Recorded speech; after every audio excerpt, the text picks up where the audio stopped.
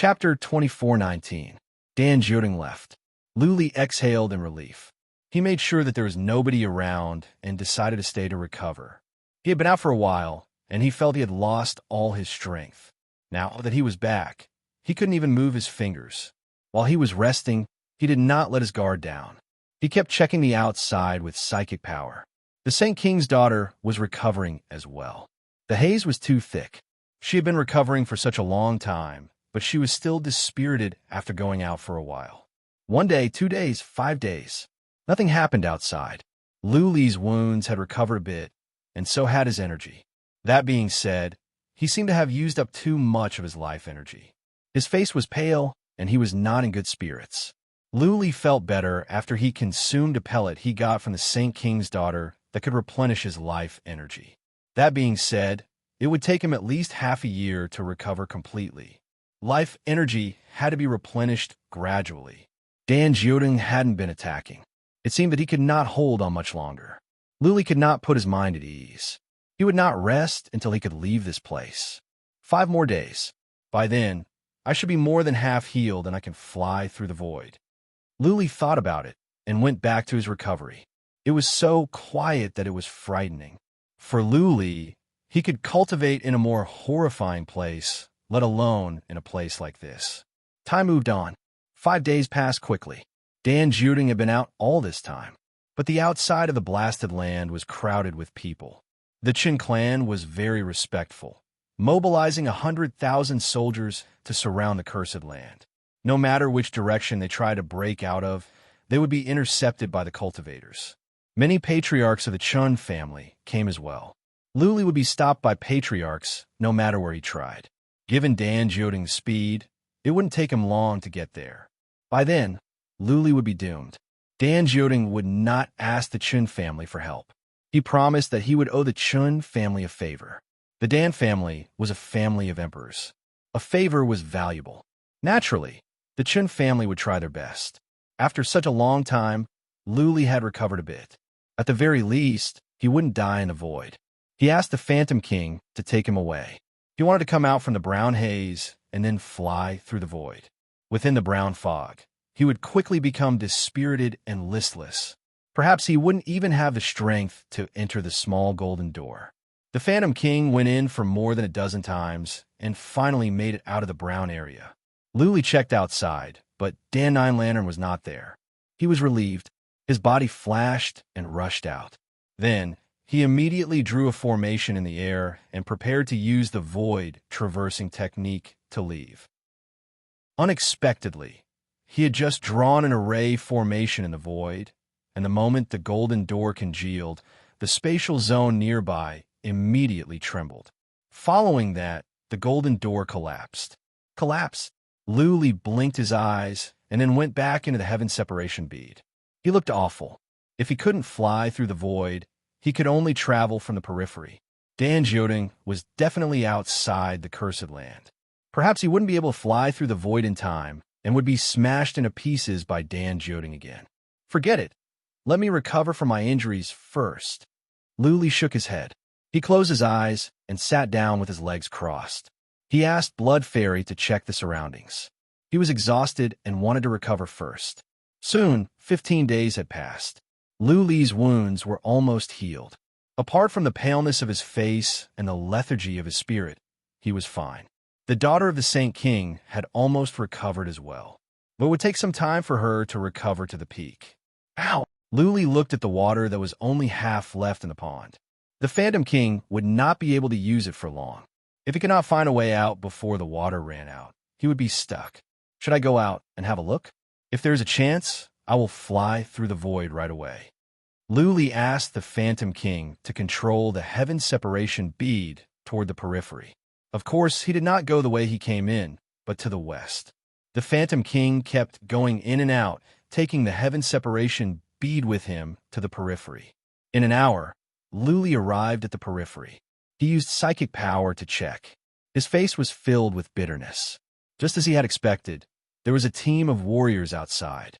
Before Luli could get close, many people were swarming over, including 2 warriors of the Fourth Tribulation. Woo! At the same time, Luli heard a deep bugle call. The sound could travel far. Soon, many people were coming over. Dan Juding would be here soon as well.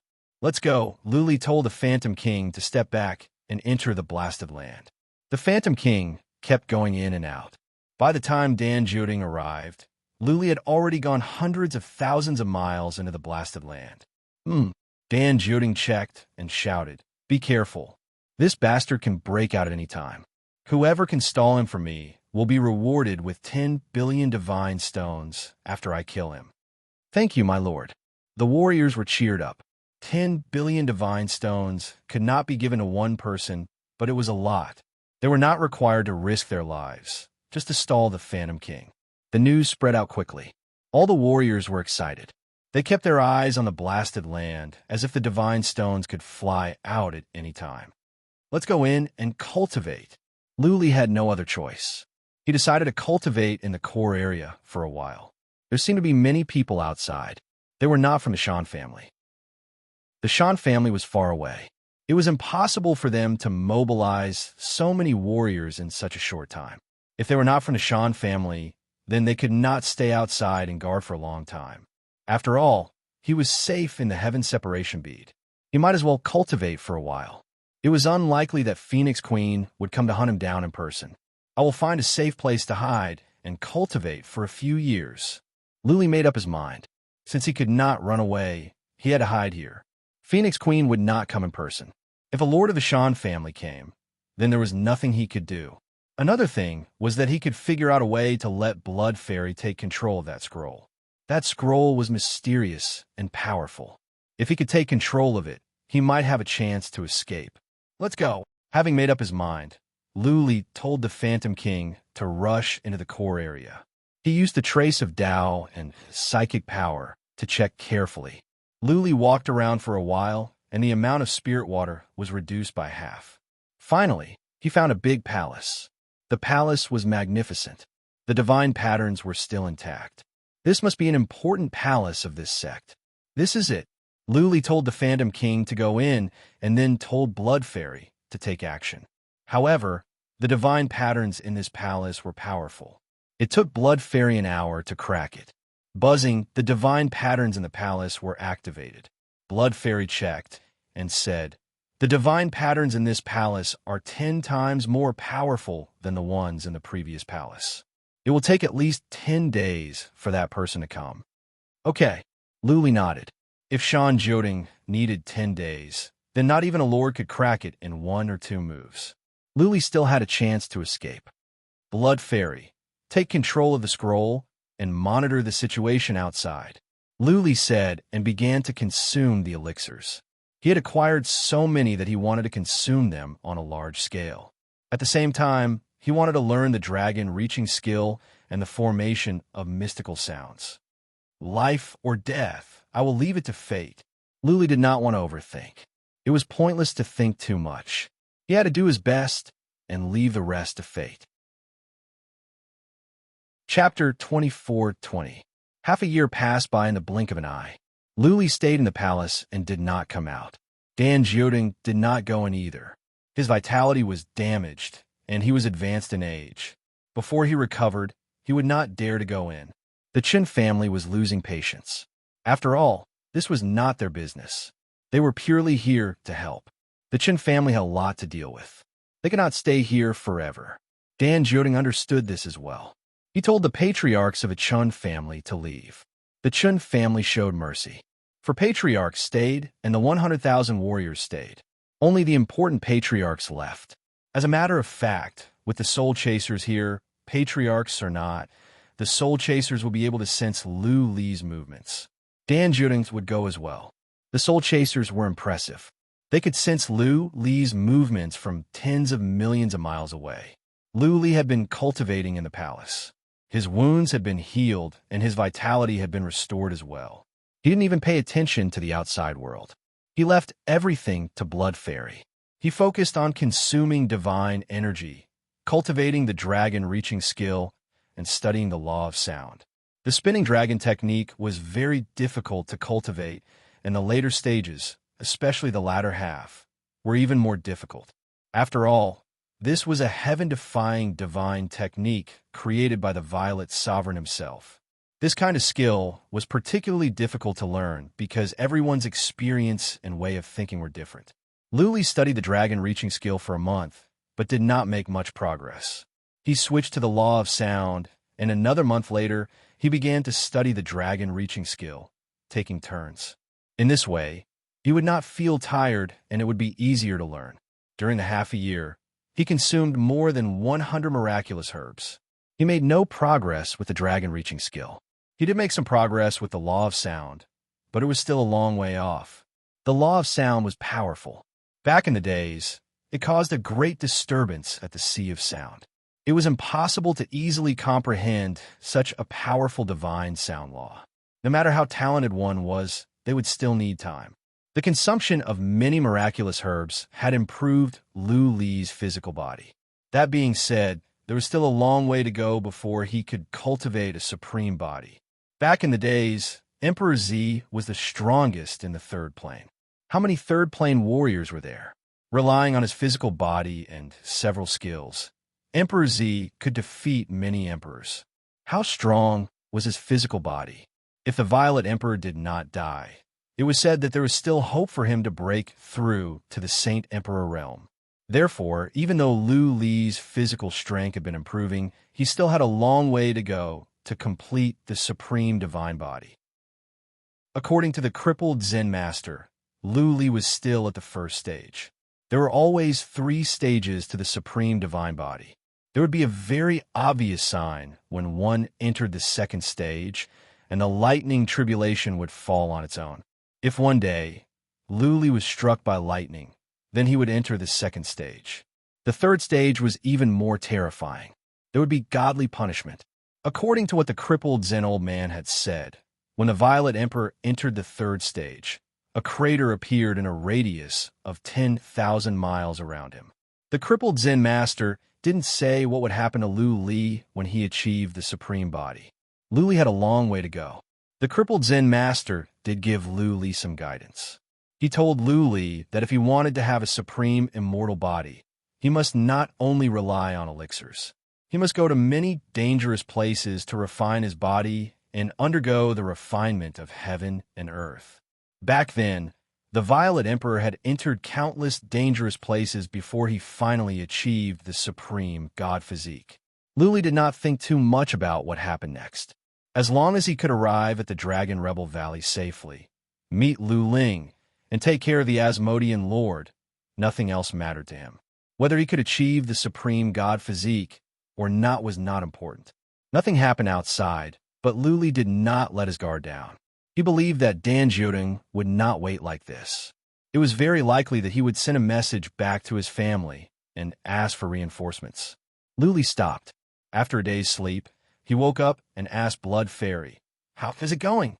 "Not yet," Blood Fairy replied. "This scroll is powerful, times more powerful than the horn. The ancient patterns are dozens of times more complicated as well. Master, don't worry. Let me study the ancient patterns for a while. With the help of several treasures, it will be fast. I cannot tell how long it will take. It will depend on the progress. It might take 1 or 2 years, or decades, or centuries." Lu Li was speechless. If it were hundreds of years, what would be the use of the ancient treasures? That being said, the scroll could still be used even though it had not been consumed. Even one of Dan Jiuding's treasures had been put into the scroll. Lu Li just did not know how to take it out. If this picture scroll could store treasures, then it would be amazing. In the future, all of the enemy's saint weapon fragments and weapons could be stored in it. The enemy's combat strength would definitely be greatly reduced. Most importantly, the enemy would be caught unprepared. Blood Fairy, can you reach out with your real body? Will also become very weak.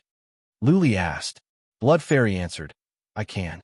It will affect me a little, but my real body is a soul, so it will not affect me much. It will affect me a little, but I will be fine as long as I don't stay here for too long." "Okay, don't consume it yet." Lu Li said, "Go and have a look around an area with a radius of 300,000 miles. See if there is any place that can benefit us. If there are lords from our enemies, we can run." "Okay."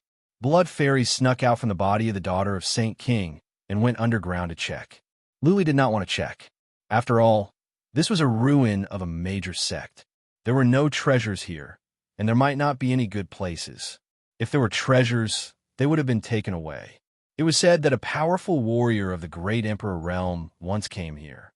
Blood Fairy went to check. Luli closed his eyes and continued to consume the elixirs. 3 days later, Blood Fairy returned. Her aura was a little weak, but it wasn't too much. "Master," Blood Fairy replied, "I found 2 strange places. One of them is underground, and there should be treasures there. The runes are very powerful. The other is formations of destruction. I cannot crack them yet. I think it will take me over 100 years to crack them." Luli was shocked. Blood Fairy was skilled in the study of patterns. She solved the patterns in the palace almost instantly. How could the ones underground be so powerful? Blood Fairy explained, "It's not that the divine patterns are especially powerful. It's just that the divine patterns underground are not death divine patterns, but living divine patterns. I feel that there are tomb guards controlling the divine patterns underground. That's why it's so difficult to decipher them. Maybe the tomb of a master of a major sect is underground. I can sense some powerful energy in there. There must be treasures. Well, never mind. Let him be. It would take 100 years to crack the patterns." Luli could not wait that long, and Dan Jiodong would not give him the time. Luli asked, "What about the other strange place?" "A lake of blood and a sea of ghosts." Blood Fairy answered, "To the north, there is a lake filled with blood. I can sense many remnant souls at the bottom of the lake. That might be the core of the cursed land. I do not dare to get close to the bottom of the lake. There must be many remnant souls in there. Many remnant souls have devoured each other. They must have mutated and become powerful souls. In the mortal world, they are called malicious ghosts." "Malicious ghosts?" Luli was surprised. Then he laughed. "Speaking of which, Spectre in the Bead of Ghosts was a malicious ghost. He could even control malicious ghosts to kill his enemies. Why should he be afraid of ghosts? Let's go take a look." Luli had an idea. There were so many remnant souls and malicious ghosts in there. He could put Spectre in. Maybe Spectre could become more powerful after devouring them. Chapter 24-21. The Lake of Ghosts and Lake of Blood was not far away, only tens of thousands of miles away. That being said, it took the Phantom King some time to get there, and he consumed some spirit spring water. The Lake of Ghosts and Lake of Blood was not large, only with a radius of a couple of miles. Luli used psychic power to check and saw nothing but blood. It did not seem like the lake was dyed red. It was more like the lake was made of blood. Before Luli got closer, he already felt something was wrong. The light seemed to be dimmed, and it felt gloomy. As a matter of fact, the sky was not covered and the temperature did not drop. Still, it felt different from other places. There are so many ghosts. Luli used psychic power to check the lake. There were many remnant souls and ghosts. The bottom of the lake was more like the underworld.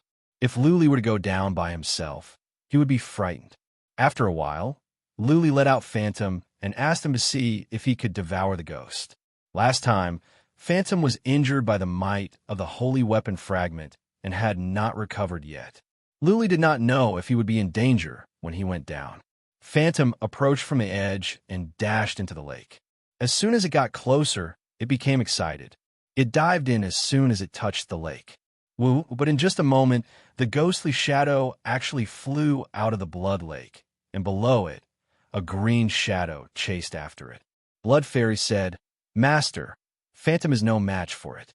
Help it or put it back into the bead of ghosts, or it will be devoured." Luli was taken aback. He did not know that Phantom was so strong, and yet it was at a disadvantage in one move. Help Phantom? How? He did not know soul attacks. Was he going to use the holy weapon fragment? Right, Dragon Soul. Luli remembered that Dragon Soul was strong. He could let Dragon Soul and Phantom work together. This ghost should not be much stronger than Phantom, or else Phantom would not be able to run away. Luli made up his mind. He decided to take the risk. Dragon Soul was much stronger than Phantom, and it should be able to fend off this ghost. He dashed out. The bead of ghosts glowed and phantom dashed into Lu Li's body. Woo, that cyan shadow dashed in as well. Lu Li did not dare to stay any longer. He went into the separation bead at once and sat down to check his soul. The ghostly shadow rushed into Lu Li's soul, and so did the cyan shadow. The dragon's soul immediately shone brightly. What was different was that the dragon soul did not attack the ghost shadow, but the malicious ghost behind it. The dragon's soul could protect its master automatically. Any soul energy with offensive properties would be attacked by the dragon's soul. Lu Li's soul would be fine as long as it was not harmed. The dragon's soul and ghost shadow attacked at the same time. Naturally, the ghost could not stand it anymore. It tried to run away, but it was trapped in Lu Li's soul. After the time for one incense stick to burn, it was devoured by the dragon's soul and ghost shadow. All right, Lu Li could feel that Spectre was clearly getting stronger. Lu Li's spirit was lifted. As the ghost shadow continued to devour, it would become stronger and stronger. In the end, all the malicious ghosts in the lake would be devoured. At that time, its strength would definitely increase greatly. He quickly controlled ghostly shadow to continue moving, and soon, he lured another malicious spirit up. He had no choice but to go out and lead the malicious spirit back into his body. This malicious ghost was inferior to the previous one, so it was quickly devoured by the dragon's soul and the ghostly shadow. The dragon's soul didn't devour much energy and was almost devoured by the ghostly shadow. After devouring 2 malicious ghosts in a row, the damage that ghostly shadow had suffered before was recovered, and it was almost at its peak combat power. Ghostly shadow dashed down again. There were no more powerful malicious ghosts nearby. Lu Li sensed with psychic power that ghostly shadow was devouring some small remnant souls and growing stronger. It didn't go to the deep sea. It just wandered around the periphery. This is good. Lu Li was relieved to sense that ghostly shadow was getting stronger. As long as ghostly shadow didn't go to the deepest part of the lake, then it wouldn't run into any powerful beings. Lu Li watched for more than 2 hours and then stopped worrying. Even though ghostly shadow had no consciousness, it knew to seek fortune and avoid danger. Ghostly shadow knew that it could not go to the bottom of the lake now. It could only devour wandering souls at the periphery and then go to the bottom when it was stronger. Lu Li cultivated for half a day. He checked with psychic power and was relieved to see that ghostly shadow was still devouring souls at the periphery. There were more than 100,000 wandering souls and malicious ghosts in the lake. Ghostly shadow would grow stronger as it devoured them. Lu Li thought of a possibility. It was possible that when the sect was on the verge of collapse, the remaining people were used as sacrifices by the master. Those people were melted alive, and their flesh and blood were used to form the core of the formation. Otherwise, how could there be so many remnant souls left? The lake was blood red. If so, it would be easy to understand.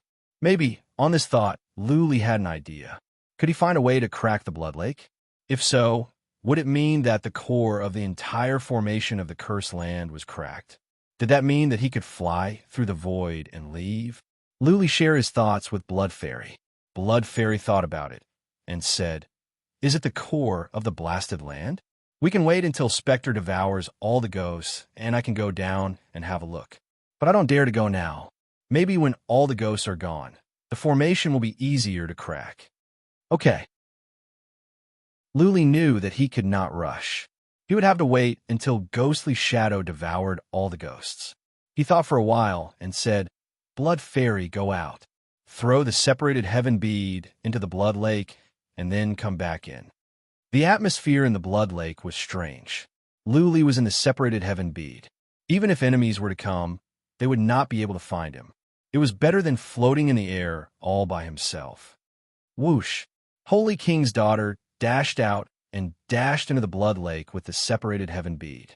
Before the ghost could come up, Holy King's daughter was taken back by Lu Li. Okay, focus on your cultivation. Go back to studying divine glyphs. When you have time, keep an eye on the outside. Lu Li said. Then he took out some elixirs to consume. He had obtained many elixirs in the Hall of Seven Sounds, enough for him to cultivate for years.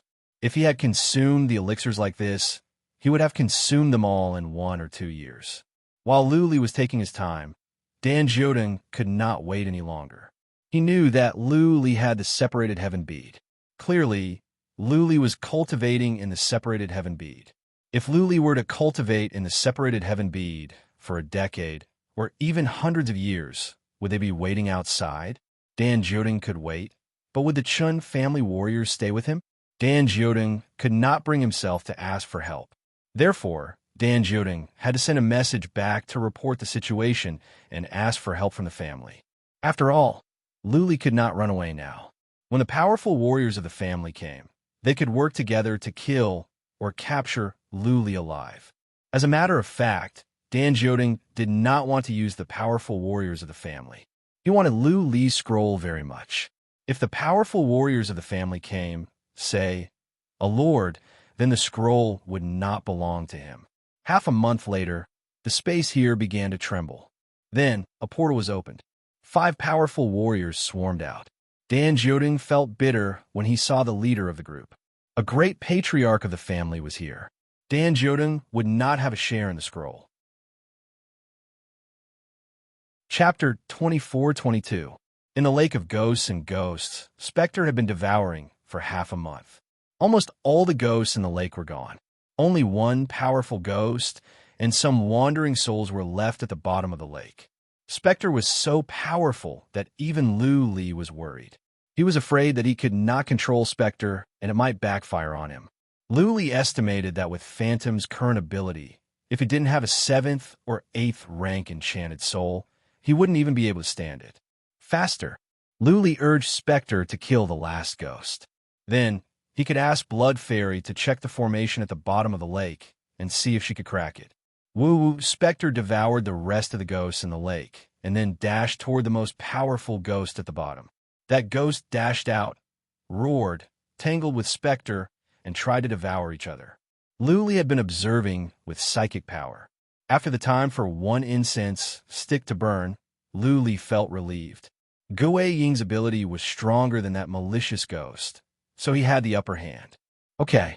A moment later, Luli said to Blood Fairy, "There are no more powerful ghosts in the lake.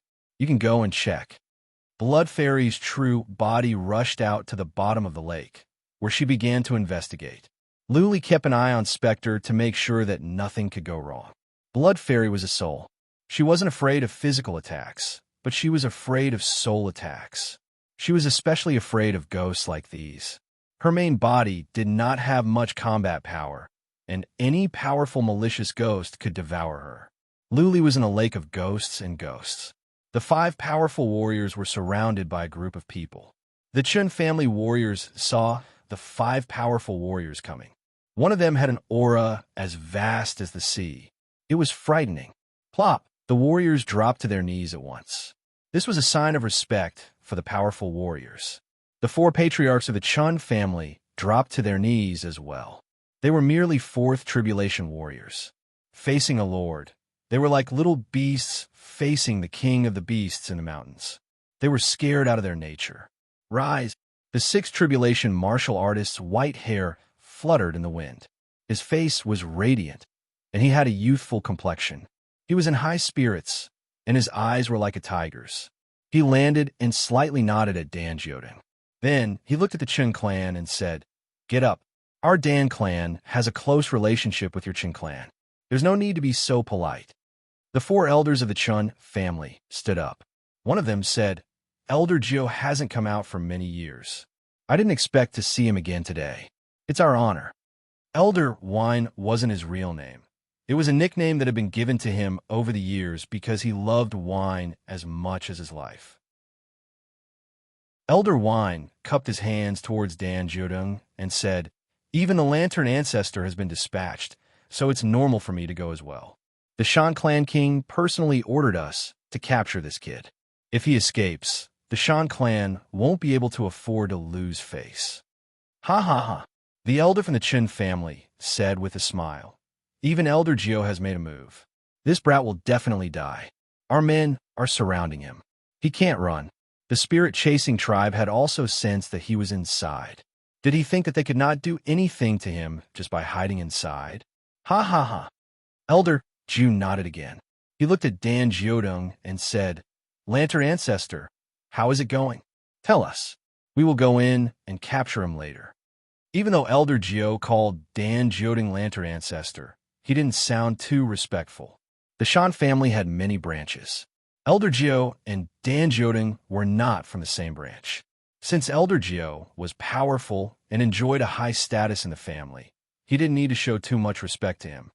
This kid is strange, Dan Jiodong explained. On the surface, he is at the peak of the second tribulation realm, but he has cultivated the supreme, immortal body.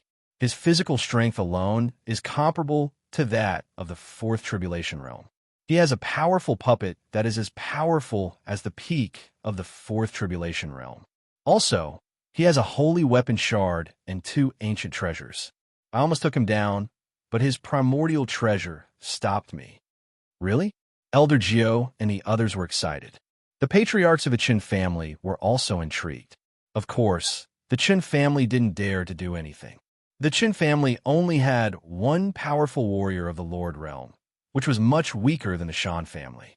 Dan Jiodong told Elder Gio about the 2 ancient treasures Lu Li had, focusing on the painting. Elder Gio and the other 4 powerful warriors were even more interested. How could an unrefined ancient treasure be so powerful? Would it be more powerful than a sovereign weapon after it was refined? Many ancient treasures were powerful. Some are even more powerful than sovereign weapons. Of course, they were not as powerful as holy weapons. In the world, holy weapons were one of the most powerful treasures. That was because there was another kind of treasure that was nurtured by nature. There were less than 5 of them in the world. Of course, that kind of treasure could only be owned by powerful emperors. Unless the emperors were killed, no one else could have it. If the painting was as powerful as Dan Jiodong said, then Elder Gio had made a fortune. Who would say no to more treasures? He didn't expect that a warrior at the peak of the second tribulation realm could have such a treasure. That being said, Phoenix Queen had given the order to hunt Lu Li down. Okay, let's go in and have a look. Elder Gio waved his hand and led the other 4 into the painting. Even though they had never been here before, they were not afraid. The former family patriarch had been here before. He went to the core area and came out with ease. This place was not particularly dangerous. At the very most, they would lose some life energy. They could go back and consume some elixirs. 5 people, 1 lord of the 6th tribulation and 4 warriors of the 5th tribulation, showed how much importance the Shan family had attached to this matter. Family patriarch of a Shan family had no other choice. The matter had been blown out of proportion. They could not let it end so anticlimactic. The Shan family and the entire godly Windland must be given an explanation. Otherwise, the Shan family would be disgraced. Therefore, after learning that Lu Li was in the blasted land, family patriarch of the Shan family asked Great Patriarch and the 4 powerful warriors to make sure that nothing could go wrong. Dan Jiodong didn't go in with them. For one thing, he had lost too much of his life energy. For another, he wouldn't be able to get anything. He might as well stay outside and monitor in case Lu Li ran away. Of course, Dan Jiodong didn't believe that Lu Li could get away this time. Elder Gio had only reached the 6th tribulation a few thousand years ago. That being said, Elder Gio was still a 6th tribulation warrior. As long as Elder Gio could get close, Dan Jiodong believed that he could kill Lu Li with a single thought. As a lord, Lu Li could not move at all. Soon, the 5 arrived at the core area. Elder Gio searched along the way. The others were moving at a moderate pace, while consuming elixirs to replenish their life energy. After the time for 1 incense stick to burn, they arrived at the palace where Lu Li used to live. Elder Gio took a look and said, "Someone has been in here. There are traces of human energy. That punk should not be far away. Spread out and search." The 5 spread out. An hour later, the jade talismans in the 4's hands cracked. Elder Gio and the other 3 quickly dashed toward an area where one of them was. A patriarch of the Shan family stood near the lake of blood and seas of ghosts, grinning coldly. Elder Gio and the others came over. They used psychic power to check and laughed. Elder Geo stroked his white beard and said, "This punk thinks he can be safe by hiding at the bottom of the lake. Do it. Blast him out." Sure. Almost at the same time, Luli opened his eyes. Since Elder Geo and the others did not suppress their energy, Luli could sense it. He used psychic power to check. When he saw the five, especially Elder Geo, Luli turned pale. Chapter 24-23. After Old Wine gave the order, the two of them made their move. One of them unleashed a blood-red claw towards the bottom of the lake, while the other unleashed a gust of wind, trying to shatter the distant heaven's pearl. Buzzing, however, when their attacks reached the surface of the lake, the water began to surge. The water tumbled and formed two blood-red dragons of water. The dragons of water dashed toward the claw and the gust of wind, respectively. Boom, boom. In addition to Luli, Patriarch Geo and the others were stunned as well. The attacks from two warriors of the Fifth Tribulation had been shattered by the dragons of water. The claw and the gust of wind vanished. The dragons of water fell apart as well, turning into red water that poured down. What is going on? Luli was ready to die. He did not expect this to happen. He came to his senses quickly. At once, he sent a message to Blood Fairy. Blood Fairy, did you do it? Did you take control of the patterns here? No, Blood Fairy explained bitterly. The patterns here are too complicated. It is difficult to control them completely. I did not do it. The patterns here are hurting themselves. When someone tries to attack, the patterns will fight back. Can you stop them? Luli asked quickly. After all, the five were powerful. Who could tell what tricks they had up their sleeves? Blood Fairy replied, I will try my best. I will see if I can activate the patterns to stop them from coming in. Okay. Luli dashed out from the wandering bead and dived to the bottom of the lake with it. He did not use divine energy and only relied on his physical strength, fearing that the inhibition formations in the lake would backfire. Even though the bottom of the lake was only 30 miles away from the surface, Luli believed it would be safer to go to the bottom. Boom, boom, boom. Those outside were not convinced. Apart from Patriarch Geo, everyone else took actions and attacked the surface of the lake. The four's attacks were horrifying, much more powerful than what Luli had seen before. When they used their skills, space would be torn apart. The void would tremble, and the noise would shake up the sky. Bang, bang, bang, bang, the lake water surged. Dragons of water came out and flew toward different attacks. Every time, the dragons of water would shatter the four's attacks. The dragons of water were incomprehensibly strong. It looked like an ordinary water dragon. How could it be so powerful? The expressions of Elder Geo and the others became serious. Elder Geo sensed for a while and said, This water dragon is just an ordinary water dragon, but it has the power of the divine patterns. The divine inscriptions here are the main divine inscriptions of the entire cursed lands.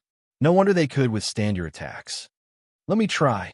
Elder Geo's aura condensed, and he thrust his hand forward. A super huge hand appeared in the void and covered half of the lake. Then it slammed downward. Boom, boom, boom. The void was trembling and cracks appeared on the surface of the lake. Horrifying chi and energy enveloped the entire blood lake. Even Luli felt suffocated in the separation bead at the bottom of the lake.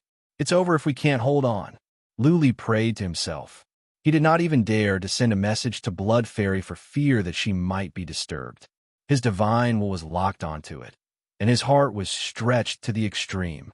Whoosh! The entire blood lake began to ripple, as if a tornado was blowing in the sea, setting off raging waves. The lake water tumbled endlessly, and a frightening water dragon spiraled upwards, colliding with the giant palm. Boom! The water dragon was shattered, and the lake water splashed around. However, the lake water was tumbling again. Another water dragon flew up and smashed into the giant palm. Boom! Once again, the water dragon was shattered. The giant palm was weakened, and its color was dimmer. When the giant palm was about to land on the surface of the lake, another water dragon came out and shattered the giant palm. Elder Geo and the other five looked at each other, speechless. Even though Elder Geo did not use his strongest move, his move could smash a warrior of the Fifth Tribulation into a pulp.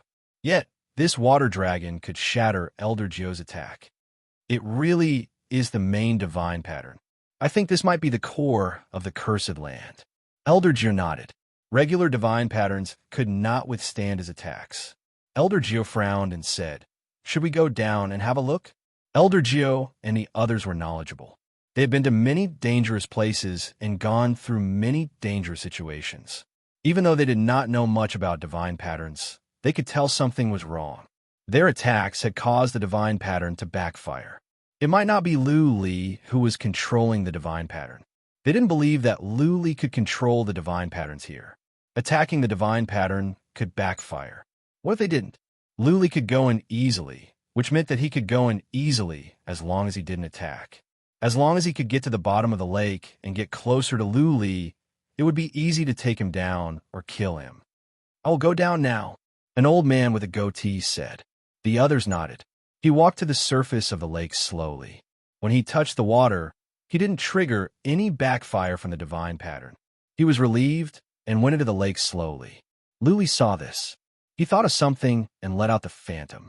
The phantom whooshed toward the old man with a goatee. "What is that?"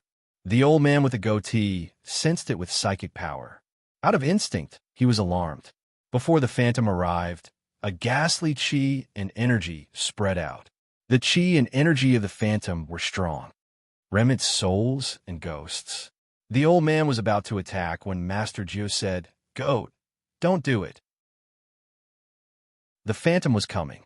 The old man with the goatee released his attack out of instinct. As soon as he did so, the water in the lake began to surge. Then, dragons of water dashed toward him, and he was blasted out. Poof! The old man with the goatee spat out blood. He didn't seem to be injured, but he was hurt. He flew back up, angry. 13. Go down with Brother 8. One of you distract the ghost, and the other attack the bead. Master Geo waved his hand and told the old man with the goatee to tend to his wounds. It was not a good thing to be injured here. This was the core area of the Cursed Land. They were getting weaker every second. Injuries would only make things worse. 2 warriors of the Fifth Tribulation rushed down. Lu Li was at his wit's end. If he let out the daughter of Holy King, he would be backfired upon by the divine pattern in the lake. What was more, Blood Fairy was at the bottom of the lake. She could not control the daughter of Holy King. Blood Fairy, can you activate the divine pattern to attack? If you can't, destroy the divine pattern and trigger the backlash. Lu Li said. Blood Fairy replied calmly, "Master, don't panic. I will deal with them. Also, put away Phantom. When you are shaken out, don't do anything. Don't even use divine energy. Just fight with your body." Whoosh!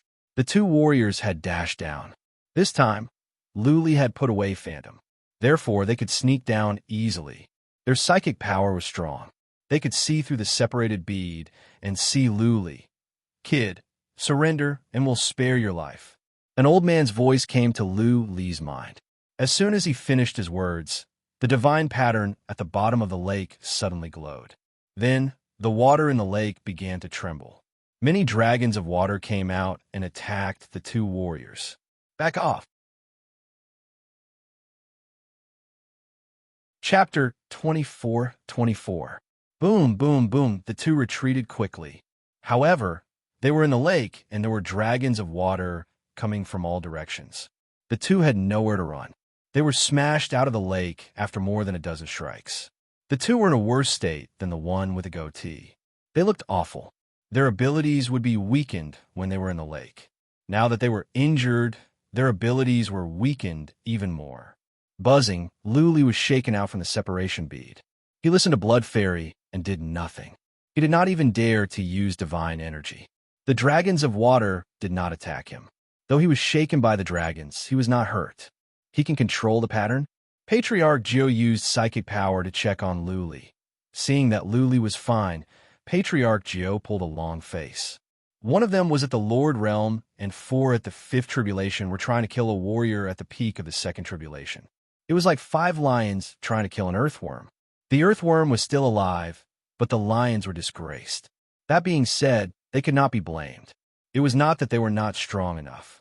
It was just that their opponent was not Luli, but the pattern. The pattern of the cursed land was powerful. Otherwise, it would have been cracked a long time ago. The 5 of them were dealing with the major pattern of the cursed land. It was understandable that they were suppressed by the major pattern of a dangerous land. You 3 go into the interspatial artifact to recover. Patriarch Geo waved his hand. The 3 of them were injured. They would be weaker if they stayed outside. They might as well go into the interspatial artifact to recover. I will go in myself. I don't believe that I can't win. Patriarch Geo made up his mind. The longer they stayed here, the more disadvantageous it would be for them. The 5 of them had come in, and yet they could not defeat a warrior. He could not afford to lose face. Patriarch Geo flew over slowly. He looked around and dived into the lake. Patriarch Geo used psychic power to check on Luli. Patriarch Geo's eyes were filled with killing intent. He didn't even want to take down Luli now. All he wanted was to finish Luli in one move. Luli was only 30 miles away. Usually, this distance would be nothing. Patriarch Geo could crush Luli with one finger. However, he did not dare to take any actions. He flew toward Luli slowly. Splash, splash. Without waiting for him to come down, the lake waters surged and countless water dragons rushed over. However, Elder Geo didn't retreat. He condensed a beam of light in his hand, and countless light balls appeared around him. Those light balls quickly revolved around him and enveloped his entire body. Boom, boom, boom, water dragons rushed over and smashed into the balls of light. The balls of light were destroyed one by one, but Elder Geo quickly condensed more. The balls of light were endless, and the water dragons were endless. They canceled each other out, unable to harm Elder Geo at all. All right, the other Patriarch cheered. Now that the water dragons could not break through Patriarch Geo's defense, Luli was like an ant on his palm. He could not run away. Down below, Luli saw this, and his heart sank. He took out the painting scroll and the godly medal, ready to fight to the death. Blood Fairy transmitted, "Master, don't move, or you'll be wounded in an instant. Don't worry, there are 2 paths you can take now. Choose." Blood Fairy continued, "The first option is for me to use my divine glyphs to attack the strong one, but the chances of that happening are not high. If I can't defeat him, then attack him with all your might and see if you can injure him. Once you can injure him, the others will not be a threat. The second option is for me to destroy the entire divine glyphs and cause them to explode. Before the explosion, the confinement of space might be lifted. You will have a chance to fly away. Of course, if the confinement of space is not lifted, you may lose your life in there." "What?" Luli pulled a long face. Neither of the 2 options was good. In a split second, he made up his mind. He said, "Let's try the first option. If it doesn't work, destroy the divine glyphs at once and let them die together." Luli had always been like this. He would not give up until the very last moment. If there was no other way, he would die together. The lake water was surging, and the water dragons were getting stronger. They were swarming toward Elder Geo. Elder Geo had to form halos quickly. He was on a charge at Luli, but he had to stop. Luli dashed toward Elder Geo. Since Elder Geo could withstand the water dragons, Luli had no other choice but to attack with all his might. If Luli could injure Elder Geo and force him to retreat, then Luli would be completely safe in the lake. Seeing that Luli had taken the initiative to come to him, Patriarch Geo sneered. He stopped and waited for Luli in the lake. Elder Geo's hand glowed as many balls of light came into being and enveloped him. Luli moved closer quickly. He did not use divine energy for fear that the water dragons would attack him. When he was 2 miles away from Elder Geo, Blood Fairy said, "Master, attack. When you are done, do not move and do nothing." "Hoi!" Luli sped up. He took out the relic iron in one hand and held the scroll in the other. At the same time, he let out Spectre, which dashed toward Elder Geo first. Elder Geo snorted. He let Spectre enter his body. He believed that his soul was strong, and the enchanted soul in his soul could stop Spectre. Buzzing at that moment, the divine glyphs at the bottom of the lake glowed. Then the water dragons collapsed. Luli could not retaliate against the attacks of the water dragons, or else he would be severely injured. Boy, Luli could not care less. Even if it was a lord, he would have to face it head-on. He swung the relic iron in one hand and poured divine energy into it while he held the scroll in front of him. Buzzing, as Luli made his move, the divine glyphs began to tremble. The lake water surged as if the water dragons were about to attack. This was Blood Fairy's cooperation. As a matter of fact, the water dragons would not attack. They were just distracting Elder Geo. Elder Geo laughed again. Luli's relic iron was coming. Elder Geo did not take out the holy weapon fragment. Instead, his hand glowed and a brown shield of light came out. That shield of light spun quickly in his hand with the brown dragons moving around. Bang! The relic iron was bounced off when it landed on the shield of light. That shield of light did not crack, but it dimmed down. Whoosh! Elder Geo waved his other hand. A blade of light came out. Instead of attacking the scroll, it was aimed at Luli's hand that was holding the relic iron. The blade of light was fast. Luli's hand was cut off, and the relic iron flew away. Blood gushed out from Elder Geo's hand. Luli's hand was bleeding profusely, and his eyes were filled with bitterness. He really wasn't on the same level as a lord.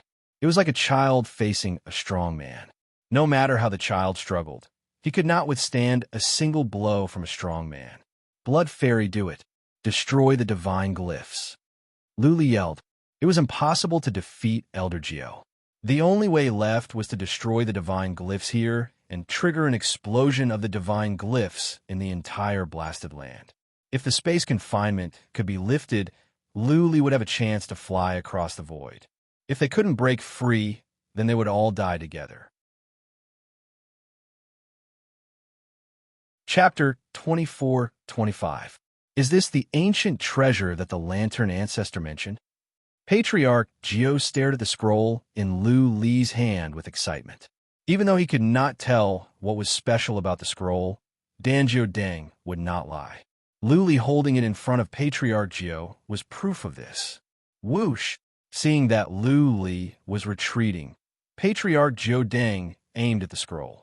He wanted to see if the scroll was as powerful as Danjo Deng said. Buzzing, the scroll glowed when the attack landed on it. Then the attack disappeared.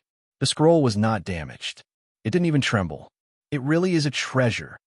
Patriarch Geo was delighted. His attack was not strong, but the scroll was not damaged. It didn't even tremble. That was enough to prove many things. More importantly, the scroll had not been consumed. If it was, it would be much more powerful. Buzzing, when Patriarch Geo was about to fly down, the water in the lake began to surge. Many dragons of water came at him. Luli did not use divine energy, so he was not hit. Patriarch Geo sneered. Was Luli putting up a last-ditch struggle? What was the point? The dragons of water here could not break his defense. When he got closer, he could crush Luli easily. Whoosh! Patriarch Geo released many balls of light to protect himself while he flew toward Luli. He did not mind the holy weapon fragment that Luli threw away. When he killed or captured Luli, the fragment would belong to him. Compared to the fragment, he was more concerned about the scroll in Luli's hand. Buzzing, Ghost Shadow flew out from Patriarch Geo's mind. Ghost Shadow had been attacking for a long time without achieving anything. It was pointless for it to stay in Patriarch Geo's mind. Later, Blood Fairy would make her move.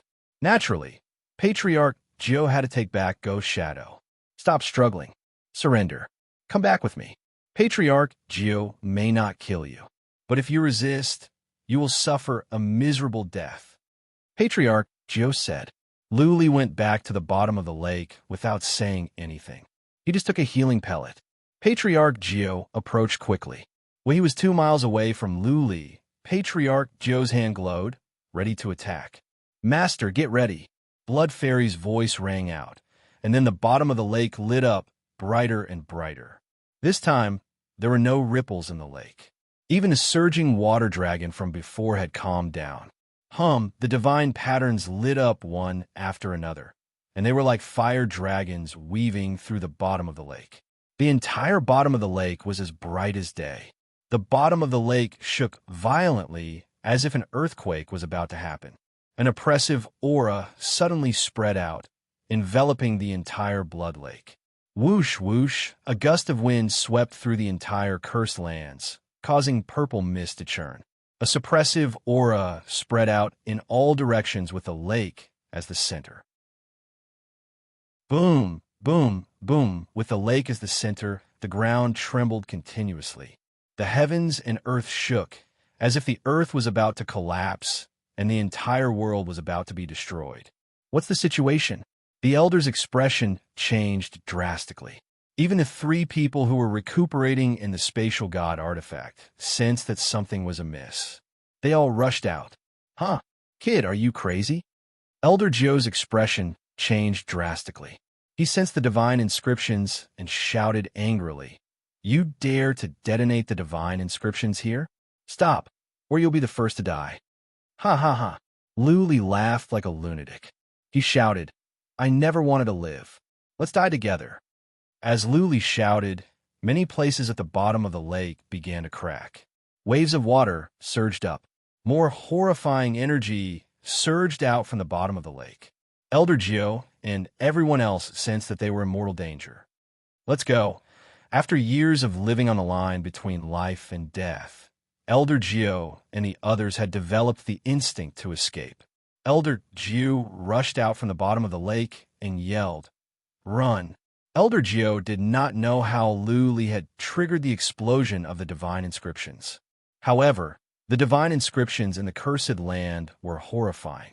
Once the divine inscriptions exploded, no one below the realm of Great Emperor could survive. Whoosh, whoosh, whoosh, the other four were frightened.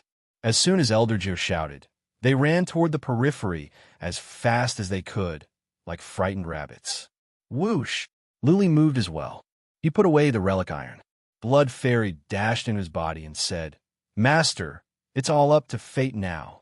Buzzing, with one hand, Luli drew formations in the air, trying to open a portal. However, as soon as the portal appeared, it collapsed. But Luli did not give up. He drew formations again and again. He was weak now. There was no way he could leave the cursed land. What was more, even if he could, Elder Gio and the others would not let him go. Therefore, his only way out was to fly away. What is going on in there? Outside the cursed land, people were waiting anxiously. Dan Joding did not show any emotion, but inside, he was anxious. He was not doing this for the scroll, but for the dignity of the Dan family. If Elder Gio and the others went in and came back empty-handed, they would be humiliated. Theoretically speaking, Elder Gio and the others should have succeeded by now. After all, this was a Lord-level powerhouse. He should have already found Luli and easily killed him. Boom, boom, boom, boom. The ground began to tremble. Then, from the cursed land came a surge of violent energy. The space was trembling as well. It was as if the cursed land was an arsenal that was about to explode. Oh no! Dan Jodin was experienced. He yelled, "Tell everyone to leave at once. The further, the better. The cursed land might explode. Explode, explode." The patriarch of the Chun family trembled. Then, he let out a shrill cry. Warriors of the Chun family in the distance stepped back as they heard the shrill cry. At the same time, they cried out as well. Boom, boom, boom, boom. It took time for the shrill cry to be heard. Before the shrill cry could reach everyone, there came a loud noise of explosion from the cursed land. The space in the center of the cursed land was torn apart. A huge black hole appeared. Many cracks in space spread out. A horrifying energy spread out to an area with a radius of more than 3,000 miles. Boom, boom, boom. The ground in an area with a radius of more than 3,000 miles began to shake. Everyone nearby looked over. They saw a huge hole appear in the sky, and the sky was filled with cracks that looked like spider webs. Everyone nearby felt their souls tremble, and they even stopped breathing.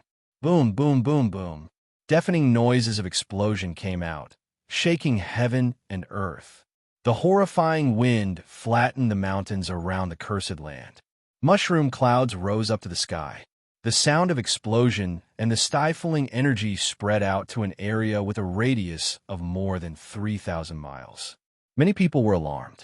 The news spread out. Soon, all the powerful warriors nearby gathered there. Everyone wanted to go and have a look at such a shocking scene. Bang! A man flew out from a pile of rubble. He looked back and saw that the space behind him had not healed up yet. The land was in a state of desolation. His face was pale. He even forgot to wipe off the blood on the corner of his mouth. No, the patriarch of the Chun family is dead. The 100,000 warriors are dead. Elder Geo and the others are probably dead. This bastard. He's going to drag so many people down with him.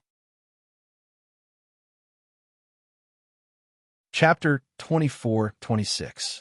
The clan master of the Chun family was the first to arrive. He was shocked when he arrived with his men. He had been here many times and found that this place was completely different from the cursed land he knew. Or rather, the cursed land had disappeared. There used to be many mountains nearby, but now, not a single mountain could be seen within a radius of 10,000 miles. They were all flattened. The cursed land was gone, and there was a huge pit. The purple haze had dissipated in many places. The palaces were flattened. It was a mess, as if the end of the world had come. The flattening of the palaces was not a big deal. More importantly, there were broken limbs everywhere. There was a faint smell of blood in the air. Needless to say, many people had died here. "It's our men," a patriarch of the Chun family yelled. Their divine perception could detect fragments of the Chun family's armor and tokens in many places. Although the corpses had been turned into minced meat, they could still recognize some details. Swish! Someone was running. The clan master of the Chun family and the others were shocked when they used their divine perception to check. The flying person's clothes were ragged and his hair was disheveled. He looked like a ferocious ghost. Senior Jiao Deng, the clan master of the Chun family, recognized that person. He quickly flew over to him and asked, "What's going on? What happened?" Dan Jiao Deng said despondently, "Dead, all dead. This bastard is too cruel. I don't know how he did it. He detonated the sacred pattern in the cursed land. One of our grand supreme elders for patriarchs and people from your family are all dead." Although the clan master of the Chun family and the patriarchs were mentally prepared, their faces still darkened when they heard Dan Jiao Deng's words. The Chun family was a big family in this area. However, the death of 4 patriarchs and 100,000 soldiers was a big loss for them. "Pingji, don't worry." Seeing the clan master's face, Dan Jiao Deng said bitterly, "I've sent a message back. My clan master will be here soon. He will give the Chun family an explanation then." Swish, swish, swish. Many people flew over from the distance. They were the powerful warriors of the nearby families who were alarmed. When they saw so many severed limbs nearby, all of their faces were filled with shock. They knew that the Chun clan had mobilized so many troops previously. The Shan clan had asked the Chun clan for help in capturing a cultivator. Now that there were so many corpses and the cursed land had become like this, it was needless to say that the Chun family had been completely annihilated. With such a great commotion, could it be that a great emperor had made a move? There were scouts from various clans lurking nearby. When they discovered that the Chun clan was standing still, they denied the possibility of the great emperor making a move. Otherwise, the Chun clan's patriarch would have been scared witless.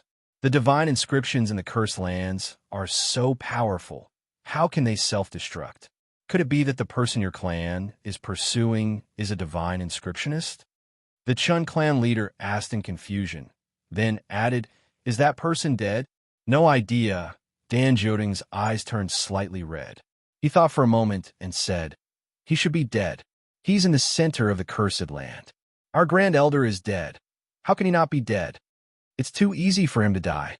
The Chun family's patriarch gritted his teeth and said, "If he doesn't die, I'll skin him alive and make him wish he was dead." The conversation between Dan Jiao and the Chun family patriarch was overheard by the scouts nearby. They left at once to spread the news. Dan Jiao and the Chun family patriarch didn't think of blocking the news. Dan Jodeng was thinking about how to explain to the family patriarch later, so he didn't pay any attention to the scouts nearby. The Chun family patriarch, on the other hand, knew that such a matter could not be kept a secret. So many families nearby were alarmed.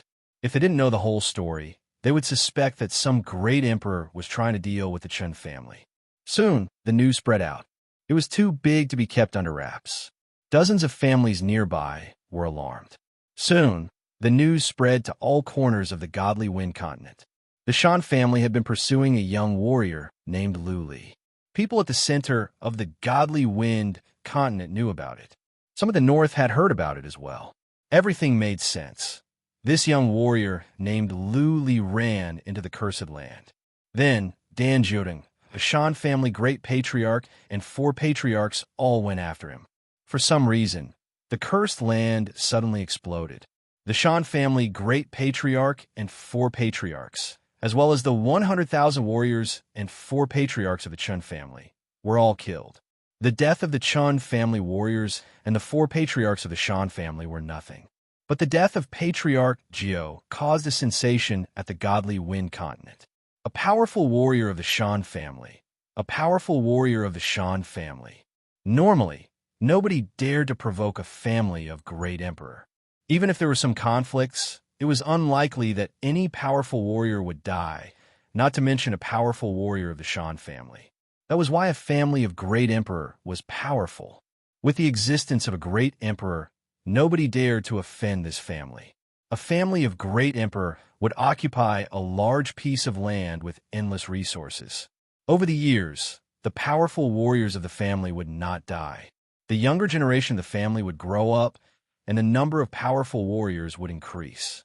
Now, the Shan family was famous at the godly Wind continent. Not only did someone dare to challenge them, but the Shan family lost a powerful warrior of the Shan family. How could such a matter not cause a sensation?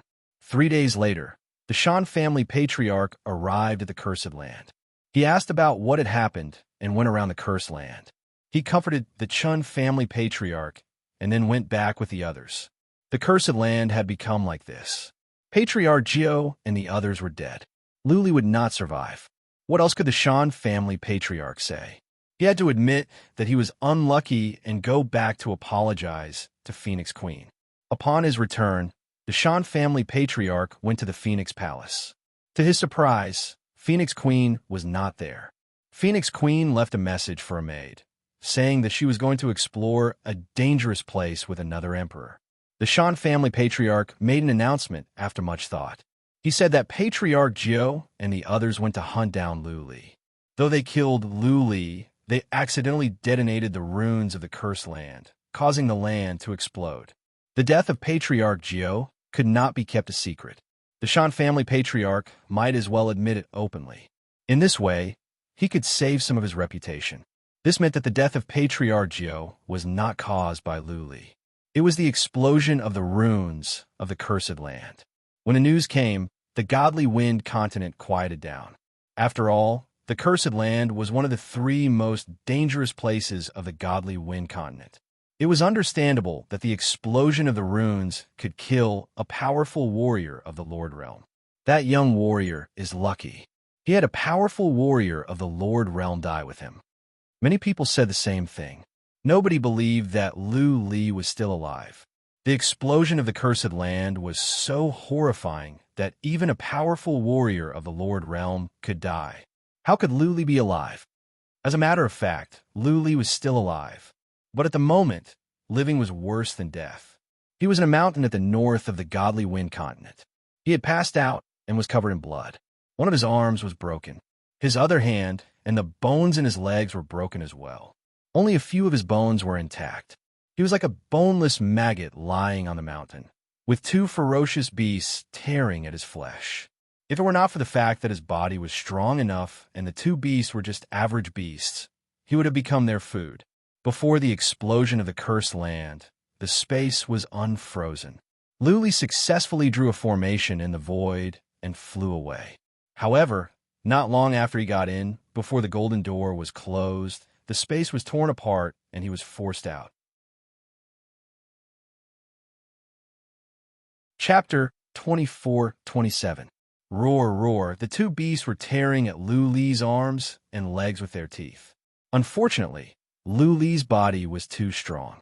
The two beasts felt like they were biting iron. They could not move a single inch. The two beasts would not give up either. They howled and tried to call their friends over. Whoosh, whoosh, whoosh. Many beasts dashed over and surrounded Lu Li. Those beasts were not large in size. Even with more than a dozen beasts tearing at Lu Li, the outcome was the same. Roar, roar. The beasts could not bite Lu Li, so they kept on howling, trying to attract more beasts over. Those beasts were not intelligent. They thought they could not bite Lu Li on their own, so they had to ask their friends for help. Grandpa, there's someone over there. Many beasts are biting him. After a while, a timid female voice came from the mountain. She said after a pause, Grandpa, that man is so pitiful. Can you go and save him? From a mountain came an old man and a young lady. Both were wearing white clothes and white hats. The young lady had a pair of big and clear eyes, like a white lotus on a snow mountain. Her facial features were not exquisite, but she was pretty and adorable. She had a pure energy that made people feel comfortable. Both grandpa and granddaughter carried 2 baskets of herbs on their backs. The granddaughter was weak, only at the 3rd tribulation realm. The old man was stronger, but he had just reached the 4th tribulation.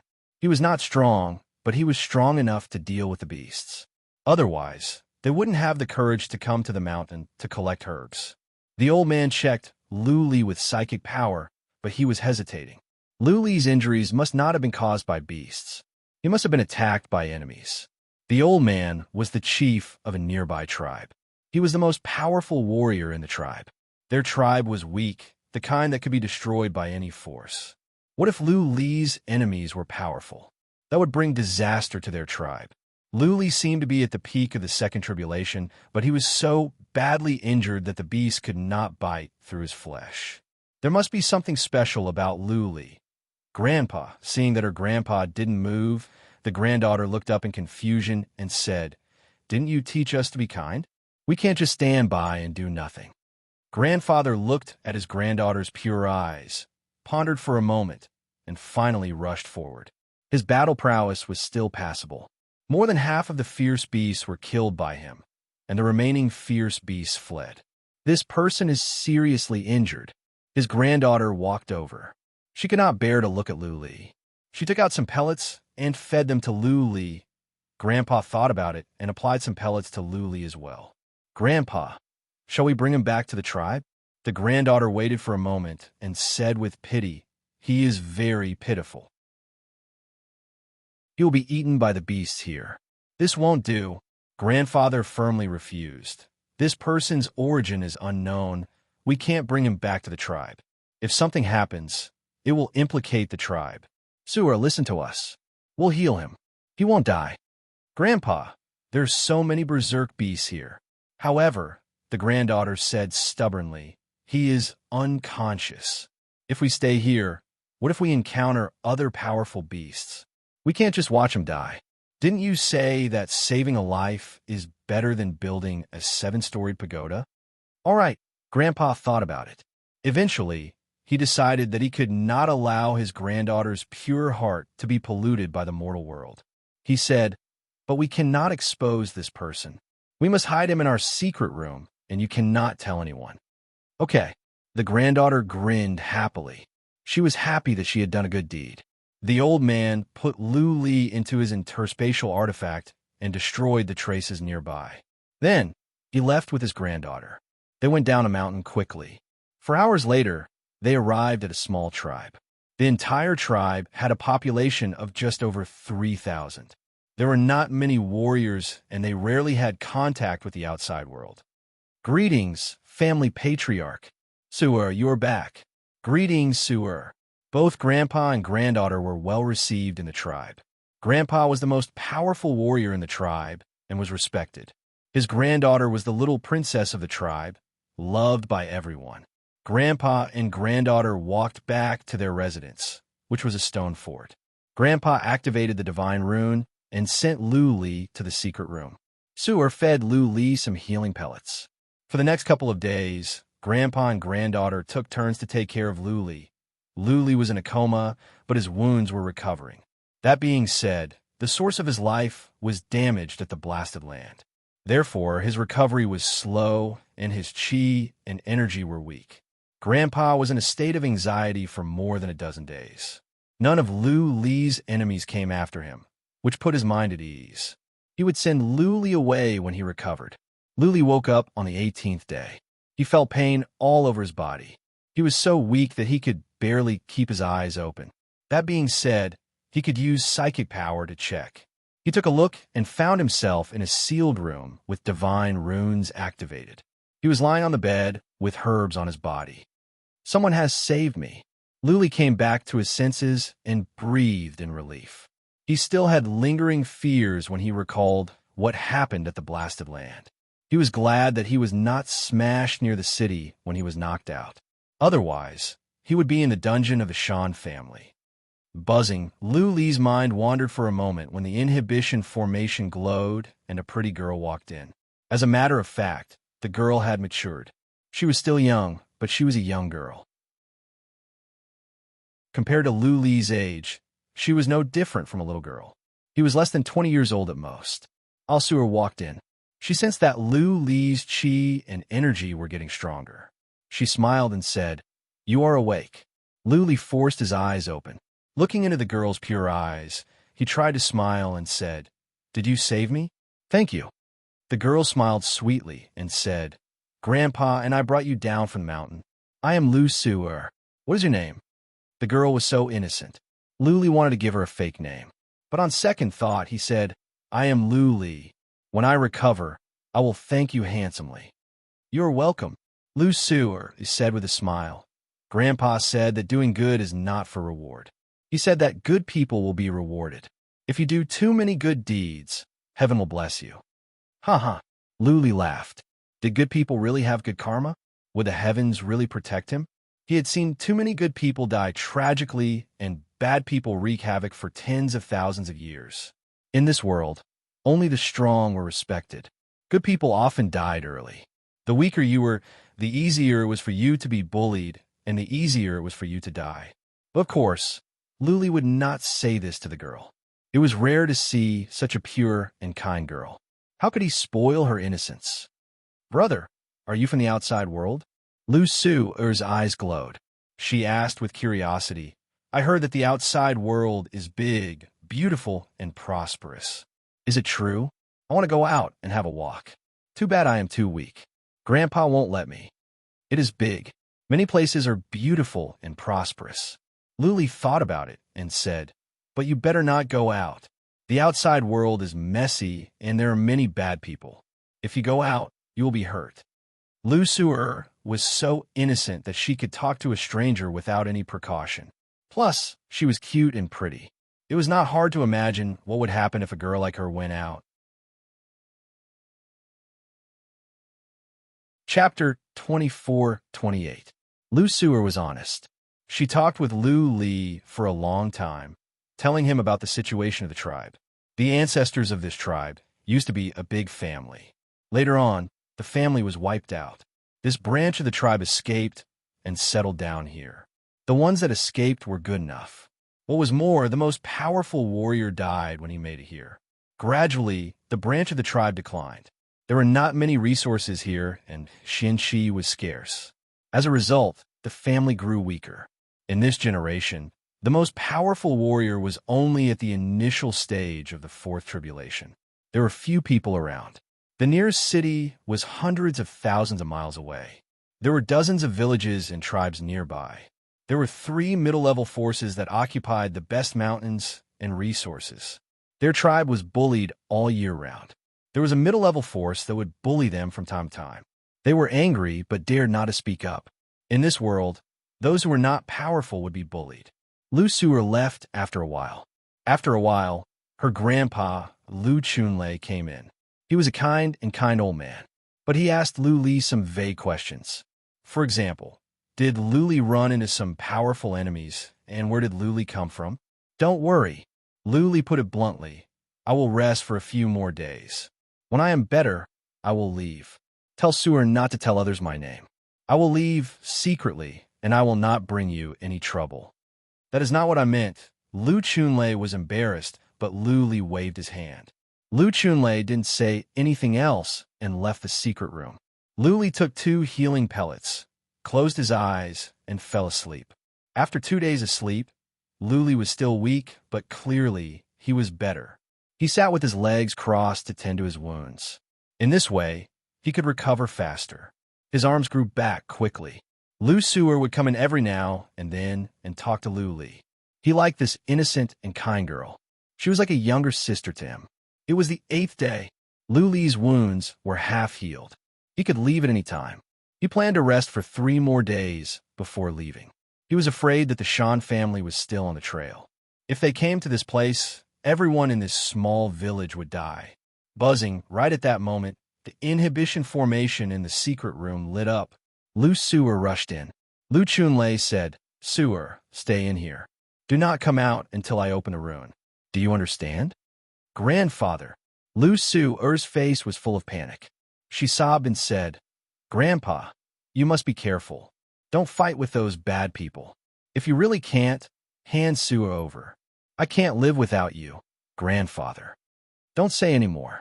I know what I'm doing," Lu Chunlei said in a deep voice. He then closed the door of the secret chamber and activated the divine rune restriction. Lu Li frowned and asked, "What is it, Suer?" Lu Suer's tears flowed like a broken dam. She cried and said, "There is a bad person in the Xingyang palace who wants to take me back as a concubine. Grandpa didn't agree, so he brought people to the tribe and wanted to capture me. Big brother, I'm so scared. They'll kill Grandpa." "Oh." Lu Li raised his eyebrows and said, "Suer, don't cry. I will have a look and I will help you. Your grandpa will be fine with me here." "You?" Lu Suer was stunned. She looked at Lu Li with doubt and said, "Brother, you are only at the peak of the 2nd tribulation. Can you do it?" "Ha ha ha." Lu Li laughed out loud. He told Blood Fairy to have a look and then said, "Don't worry. I am good. Just trust me." Blood Fairy reached out her tentacles to sense the situation outside. A moment later, she reported, "Master, there is a team of warriors coming. 3 at the middle stage of the 4th tribulation and 100 warriors." "Oh, I see. Keep an eye on them." Lu Li didn't mind. He would not do anything as long as they didn't mess around. Otherwise, he would be exposed. But if they did, he wouldn't mind killing them all. Lu Suer and her grandpa saved his life. Even though he wouldn't die as long as he was not discovered in the mountains, he had to pay them back. Not to mention that Lu Suer was such an innocent and adorable little girl. Even if he didn't owe her a favor, he would still come to her rescue. Whoosh, whoosh, outside the village there came some noises. Then, over 100 beasts came. They were all tall and majestic. They were ferocious, and every one of them was as strong as warriors at the peak of the 3rd tribulation. Of the 100, 3 were at the middle stage of the 4th tribulation. At the front was a young man in a luxurious robe. He was proud. He flew the beast to the front of the tribe. He took out a halberd and was filled with murderous intent. Whoosh, whoosh. All the warriors in the village that had reached the 3rd tribulation rushed over. There were over 1,000 of them. The old, the weak, the women, and the children gathered in a corner of the tribe. Though they had the advantage in numbers, there was a clear disparity in their abilities. Apart from the 3 at the middle stage of the 4th tribulation, the rest were at the peak of the 3rd tribulation. The 100 warriors could fight against the entire tribe, let alone the 3 at the middle stage of the 4th tribulation. Lu, the young man in the luxurious robe, pointed at Lu Chunlei with his halberd and said, "Are you going to hand over the man or not? If you don't, not even a blade of grass will grow in your village." Lu Chunlei was furious. He took out a huge axe and said, "Young Master Wang, don't cross the line. Have you not heard of the saying that those who commit unjust deeds will bring about their own destruction? Aren't you afraid that heaven will strike you down with divine thunderbolts?" "Ha ha ha." Young Master Wang laughed and said, "Lu, are you stupid? It's not like you haven't experienced divine thunderbolts. That's the heavenly tribulation. Heaven doesn't care about these things. If heaven cared, there wouldn't be so many deaths in the Divine Wind continent every day. Cut the crap.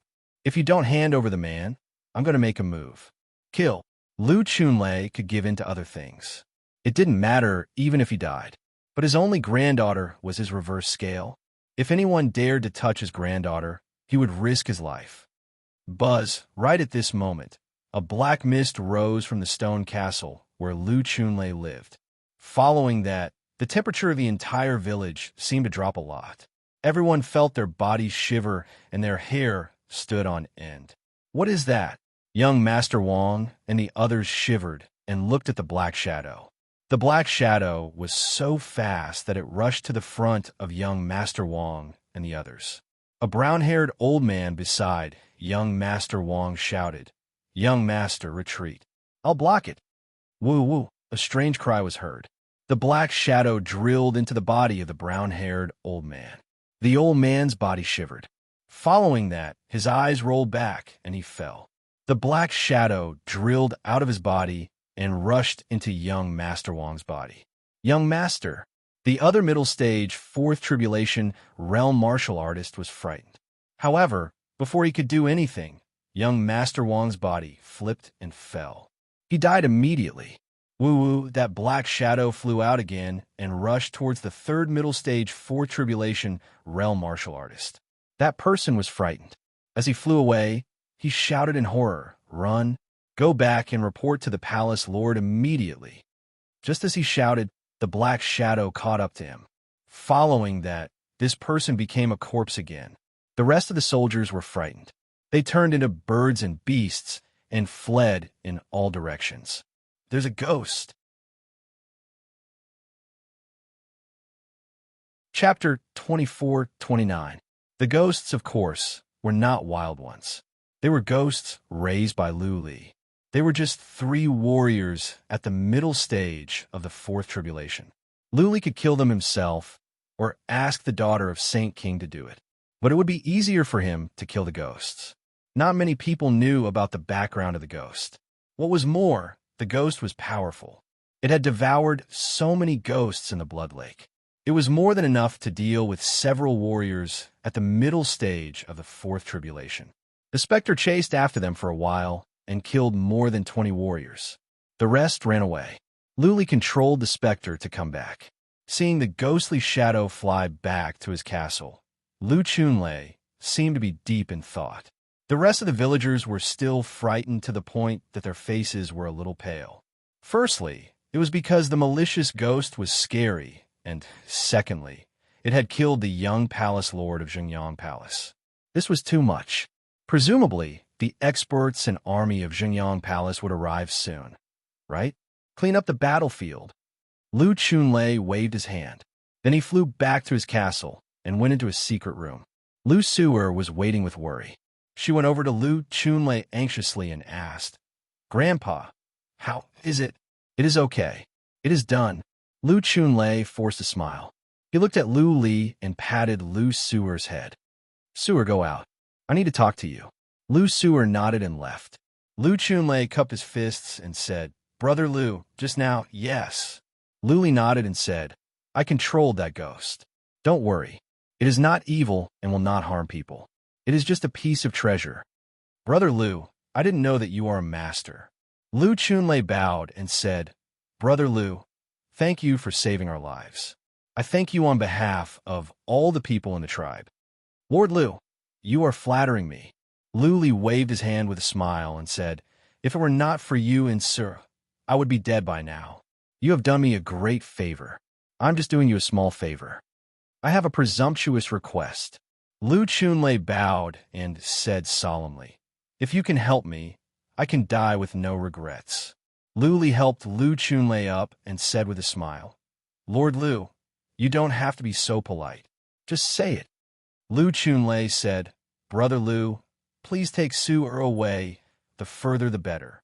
In the future, please take good care of Suer. Suer's parents passed away when she was young. This old man only has one granddaughter. She is very pure and kind. This old man. Lu Chunlei choked with sobs as he spoke. Lu Li didn't say yes to Lu Chunlei. Instead, he asked, Does that young Master Wang have a powerful background? Lu Su was Lu Chunlei's only granddaughter. She was the apple of his eye, but now she was going to be taken away by a stranger. If it wasn't for the fact that the situation was critical, Lu Chunlei definitely wouldn't have done this. Lu Chunlei nodded heavily and said, "He is the young palace master of Zhengyang Palace. Zhengyang Palace is one of the 3 major forces in the vicinity. There are many experts in the palace, and there are at least 15 tribulation martial artists. You killed 3 of them, but there are still 12 left. Most importantly, their palace lord was very strong. He was at the late stage of the 4th tribulation. It was said that he even had a holy artifact fragment. There are so many old, weak women and children in our tribe. Even if we want to run, we can't. We can only ask little brother Lu to take Su-er away." Late stage 4th tribulation? Lu Li nodded. He had a plan. He asked, "Does the Zhengyang Palace have any backers? For example, a superpower?" Yes, Lu Chunlei thought about it and said, "It is said that the Zhengyang Palace is related to an ancient family, the Ning family. I don't know the details, but I do know that those forces must have backers." "I see." Lu Li thought about it and said, "The Zhengyang Palace is nothing. I can destroy it on my own. But if there is a superpower behind them, I am afraid that there will be trouble when they find out. How about this? I will go around and do some investigation. If there is no powerful background, I will take care of this for you. I promise you that you will not have any worries." Lu Chunlei was surprised. Lu Li said the Zhengyang Palace was nothing. He could destroy it on his own? In Lu Chunlei's ears, these words sounded like a fantasy story. But Lu Chunlei saw a glimmer of hope when he remembered that Lu Li could send out a ghost to kill 3 warriors at the middle stage of the 4th tribulation. "How about this?" Lu Li thought about it and said, "I have an interspatial artifact that can put you all in. If things go wrong, I will take you away and find a safe place for you to live in seclusion. After all, there is nothing to remember here, and there is nothing valuable." Spiritual chi was scarce here. There are some mountains nearby, but there shouldn't be any precious herbs. Wouldn't it make no difference where the tribe could stay? Lu Chunlei was hesitating. Lu Li took out the relic iron. He used divine energy and said with a smile, "Holy weapon fragment? I have one as well." Lu Chunlei was frightened by the divine might of the saint artifact fragment. He hurriedly bowed and said, "This old man had eyes but failed to recognize Mount Tai. I didn't expect young master to be a noble person. Young master's great kindness to us, we are unable to repay you." With that said, Lu Chunlei was about to kneel. Lu Li helped him up and waved his hand. "Go and talk to the people of the tribe and get things sorted out. I can promise you that I can at least take you away safely. How about this? I will treat my wounds for 5 days, and then we will depart." Okay. Lu Chunlei hurried out to talk to the people of the tribe. The people of the tribe gathered at the plaza, terrified. Many of them were talking at once. Most of them wanted to run away. Lu Chunlei walked out, gathered everyone, and explained the situation to them. They heard that the ghost was released by a powerful warrior. Now, this powerful warrior was going to help them destroy the Zhengyang Palace and take Lu Li away. The first thought that came to people's mind was that they could not believe that there was such a good thing in the world. Helping out in the face of injustice. Something like that only existed in fairy tales. Lu Chunlei didn't say that he was the one who saved Lu Li.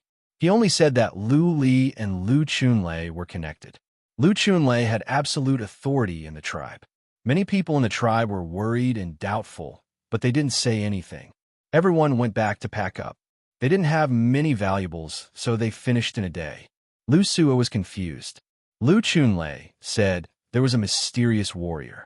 Was that mysterious warrior the young man they saved? 5 days later, the answer was revealed. Lu Li walked out of the underground secret room.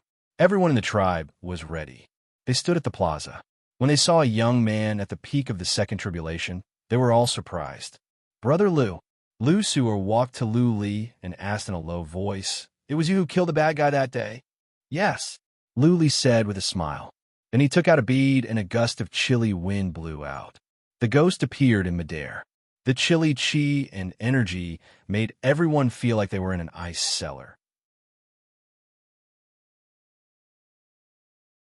Chapter 24:30. In the end, they all chose to go with Lu Li, not because they trusted Lu Li, but Lu Chunlei.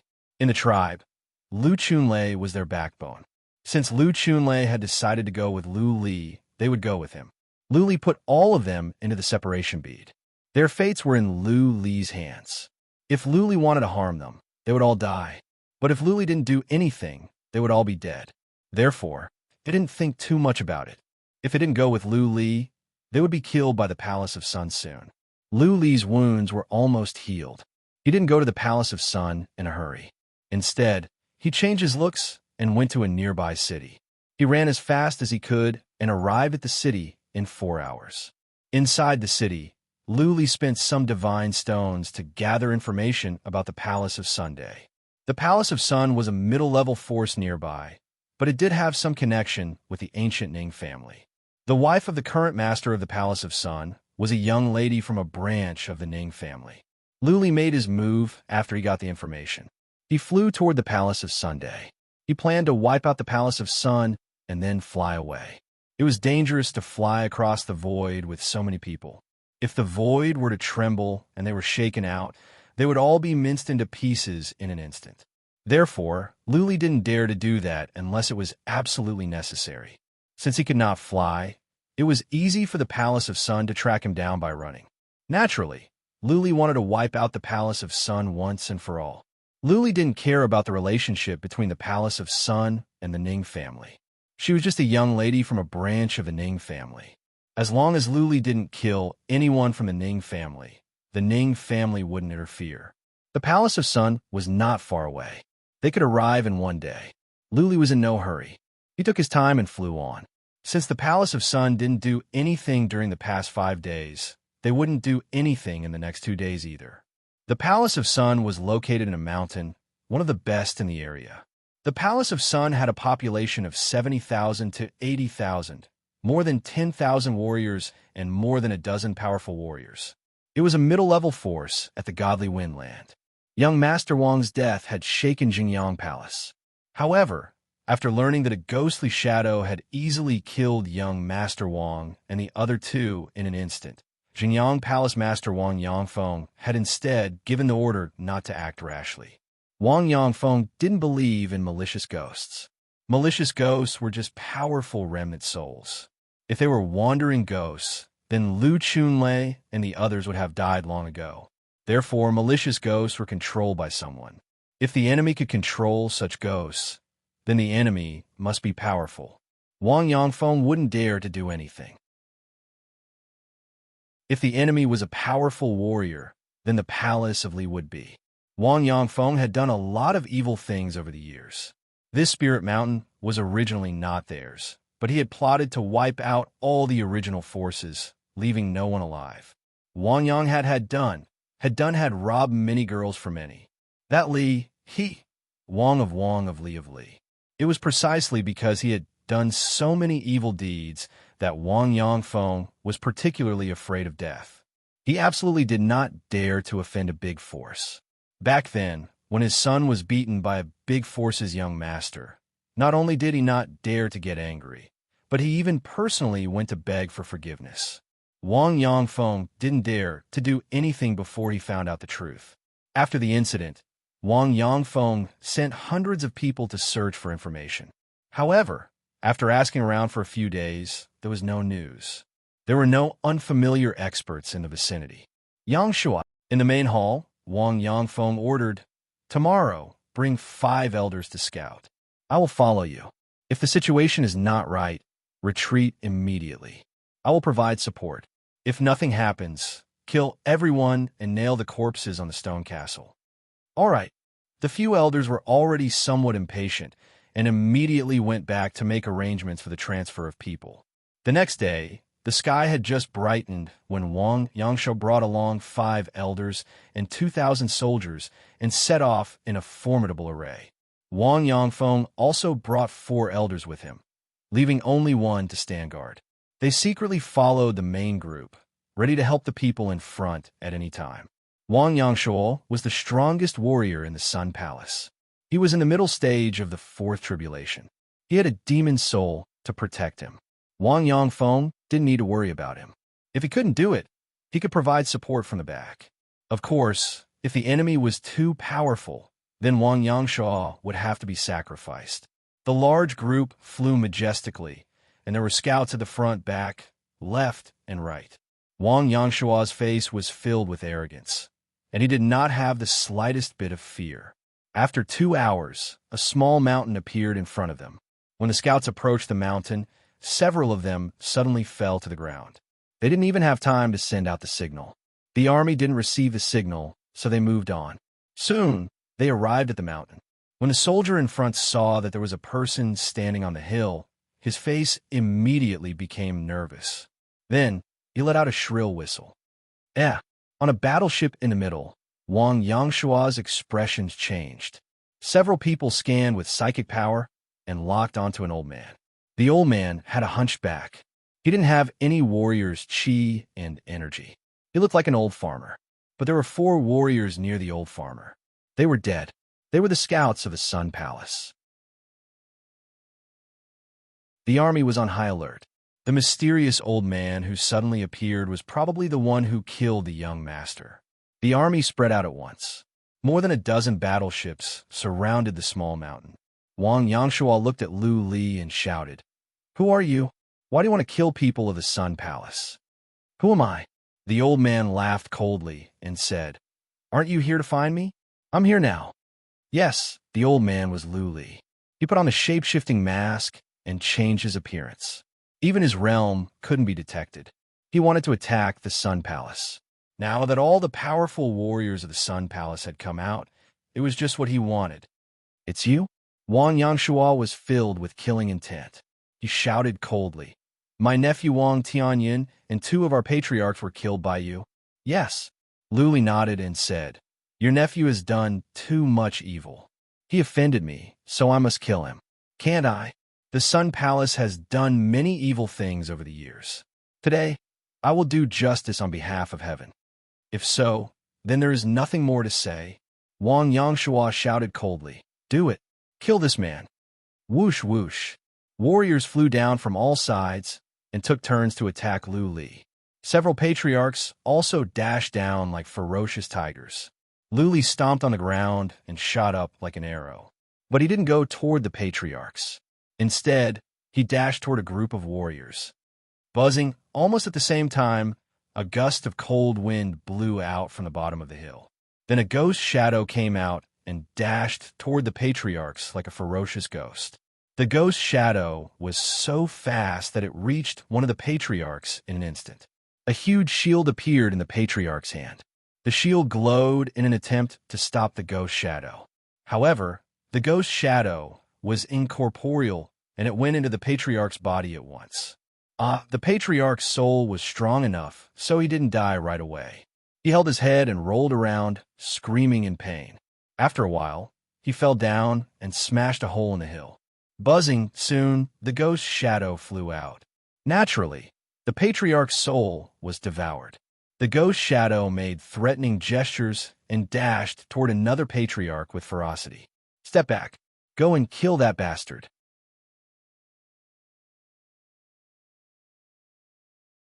Chapter 24:31.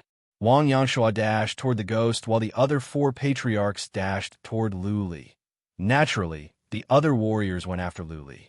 As long as Lu Li was killed, nobody would be able to control the ghost. Bang, bang, bang. Lu Li punched one warrior at a time, and the warriors were killed easily. The 4 patriarchs rushed over. Lu Li's heaven separation bead glowed, and the daughter of Saint King came out. She dashed toward the 4 patriarchs in a blur. Buzzing. At the same time, Lu Li let out the Phantom Master as well. Now that the fight had begun, Lu Li didn't want his identity to be exposed. He wanted to kill everyone. Bang! The daughter of Saint King made a move. The average patriarchs could not stand it. The daughter of Saint King landed a slap on a patriarch. That patriarch was smashed away and half of his body was crushed. He was killed in one move. Woo woo, the Phantom Master bellowed. He dashed around among the warriors.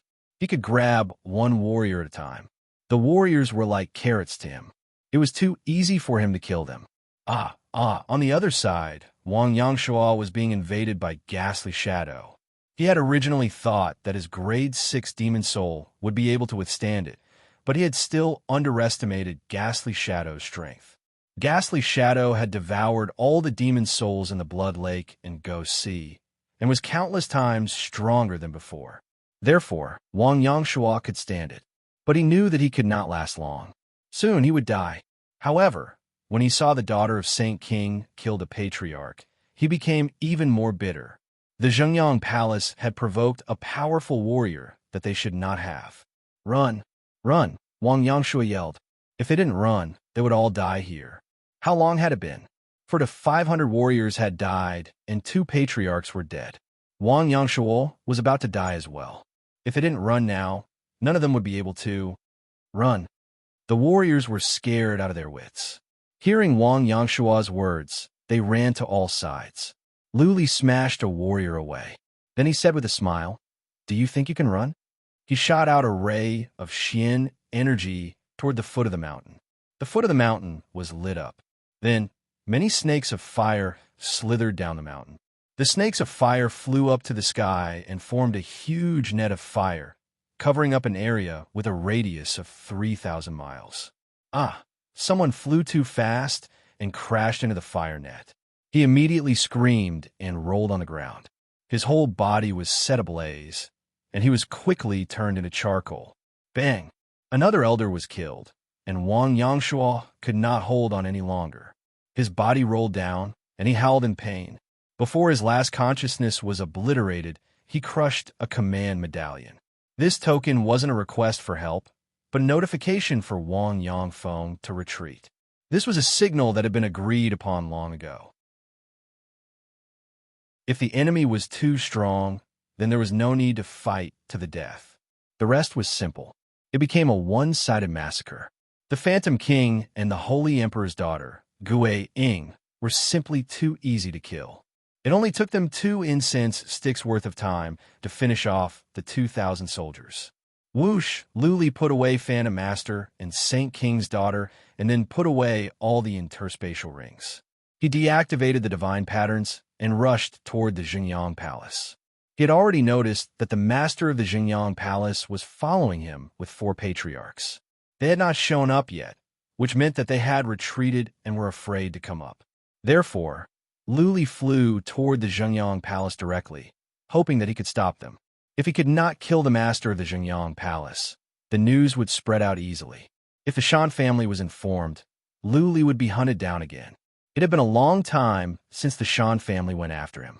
It was highly possible that the Shan family believed that he had died in the Cursed Land. Otherwise, the Soul Chasers would have caught up with him. After a while, Luli felt he was not fast enough. He asked the Holy Emperor's daughter to carry him. The Holy Emperor's daughter was fast. Even though she had been weakened in the Cursed Land and had not fully recovered, her speed was still impressive. On his way, when he was about to arrive at the Xingyang Palace, Luli saw 5 people ahead of him. One of them looked like young Master Wang Yangshua. Luli squinted. Wang Yangshua had left for the Xingyang Palace. At Wang Yangfeng sensed some noises behind him. He used psychic power to check. His face was clouded. He did not run away. 30,000 miles to the north was the Xingyang Palace. Their families were there. They had nowhere to go. "Who are you? Can you tell us what grievances you have with the Xingyang Palace? If we are in the wrong, we will make it up to you. I have some connections with the Ning family. If we can bury the hatchet, it will be good for both of us," Wang Yangfeng said. He was a man who could adapt to circumstances. Otherwise, the Xingyang Palace would not have been able to survive until now. His son was killed, his brother was killed, and so many powerful warriors in the palace were killed. But he could endure it all the same. Luli grinned and said, "You won't know who I am even if I tell you. I have just come back from the Silver Flame Sea. As for the grievances, your son once tortured and killed the daughter of a friend of mine. How can that be resolved? You guys kill yourselves.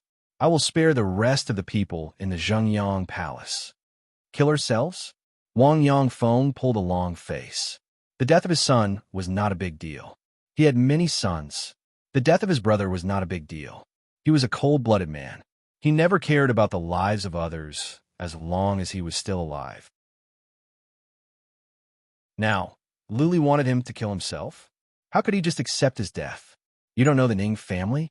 Wang Yangfeng suppressed his killing intent and said in a deep voice, "My wife is a member of the Ning family. If you kill me, the Ning family will definitely be furious. Even if you escape back to the Silver Flame Sea region, you will still die." Ha ha ha ha. Luli laughed. He had figured out the background of the Zhengyang Palace. She was just a young lady from a branch of the Ning family. The Ning family was a big family with tens of thousands of young ladies. The number of families related to the Ning family was endless. Making a coat out of tiger skin? Even if she really had something to do with the Ning family, why would Luli be afraid? Luli had just fought with the emperor's family. The Ning family might be an ancient family, but it was nothing to him. Luli said with a sneer, "I am not afraid of the Ning family. Not even the emperor can do anything to me, let alone the Ning family. In short, do you want to die? Or will the Zhengyang Palace be exterminated? Charge!" There was nothing more to say. Wang Yangfeng shouted in rage and then rushed over. A red broken saber appeared in his hand. The broken saber was glistening and it glowed. One look and anyone could tell that it was not an average weapon. A piece of holy weapon? Luli grinned. It seemed that he could have one more holy weapon shard. This one was a broken sword, which was most suitable for him. Buzzing, he released the Holy Emperor's daughter and Gue Ying, as well as the Phantom King, while he quickly retreated. One was at the later stage of the Fourth Tribulation, two were at the middle stage of the Fourth Tribulation, and two were at the initial stage of the Fourth Tribulation. Phantom and Phantom could be killed easily. Luli didn't have to do anything. Boom, boom, boom. Chapter 24:32. After killing Wang Yangfeng and the other four, Luli swaggered away. He did not use the teleportation portal because it would be costly to bring so many people with him. Luli flew toward the north. Every once in a while, he would change his appearance. He was fast as well. Along the way, he would use the trace of the Great Path to change directions as soon as he sent someone. He traveled day and night. He had been traveling for 10 days. Everything had been peaceful. Luli was a bit relieved. He was not afraid of the Palace of Sunday. He was afraid that the Shan family would send soul hunters after him. It seemed that the Shan family thought he was dead. He did not mind the Ning family. Wang Yangfeng's wife was only a young lady from a branch of the Ning family. She was not important in the Ning family. For the Ning family, the Palace of Sun was dispensable. They would not go to war over the Palace of Sunday. Luli took out the map and checked it. After a while, he decided on a mountain, the Mountain of Heaven Tiger. That mountain was more than half a month away from here. It was a large mountain range. Lu Chunlei's tribe should be able to settle down in a random place. It was said that there were powerful beasts in the core area of the mountain range. Therefore, not many people lived there. It was a well-hidden place. Luli had considered the issue of safety. He would ask Blood Fairy to build some powerful runes and some formations of illusion. In this way, even if there were beasts nearby, they would not be attacked. The number of beasts nearby was beneficial to the tribe's growth. Luli would leave some elixirs behind to help the tribe grow. If this tribe still couldn't survive, then Luli couldn't care less. He had so many enemies that he could not take care of the tribe. Those that followed him would die faster. He must go to the Silver Flame Sea as soon as possible. The sooner he left, the safer it would be. Luli did not overthink after he made up his mind. He hurried toward the Mountain of Heaven Tiger as fast as he could. The Palace of Sun was overcast with sorrow. The bell tolled. There was only one patriarch left in the Palace of Sunday. But it was not this patriarch who was in charge. It was Wang Yangfeng's wife, Ningyu. A few days later, the bodies of Wang Yangfeng and the others were found and brought back. The murderer was identified. It was an old warrior that had just returned from the Silver Flame Sea and a beautiful lady. The old warrior let out a ghost and a beast. Wang Yangfeng was able to detect this because he had activated a memory crystal before he died and recorded the circumstances of his death. Luli left in a hurry after he killed several warriors. He didn't notice that the jade talisman on Wang Yangfeng's waist was a memory crystal. Old 9, you stay in the Zhengyang Palace and activate your divine imprints. If anyone attacks, you have to do your best to defend. 3 days later, Wang Yangfeng's wife, Ningyu, took the memory crystal and the children and left for the Ning family. Back at the Ning family, he brought his children in mourning clothes and knelt outside the Ning family's elder hall. She was originally a young lady of a branch family and didn't have the qualifications to see the Ning family's elders. Only her grandfather had the qualifications. However, her kneeling naturally caused a huge commotion. Someone from the elder hall immediately sent a message down and brought her in. Ningyu didn't cry after entering. She just handed the memory crystal to an elder. That elder used his spiritual force to scan for a moment, and his face turned gloomy. He transmitted the memory crystal to the nearby elders. There were 5 elders on duty in the elders' hall, and after looking at it, all of their faces turned ugly. The crystal of memory recorded everything, including the conversation between Wang Yangfeng and Lu Li. The Ning family didn't care about the other Ning family members, but the words "the Ning family is nothing" enraged the Ning family patriarchs. Ancient families have been passed down since ancient times. Many emperors' families had perished or declined, such as Emperor Zi's family. But ever since the ancient times, the Ning family had always been powerful despite their low points. They never really declined. In such an aristocratic family, their children were all very proud. They could die, but they could not allow others to humiliate the Ning family.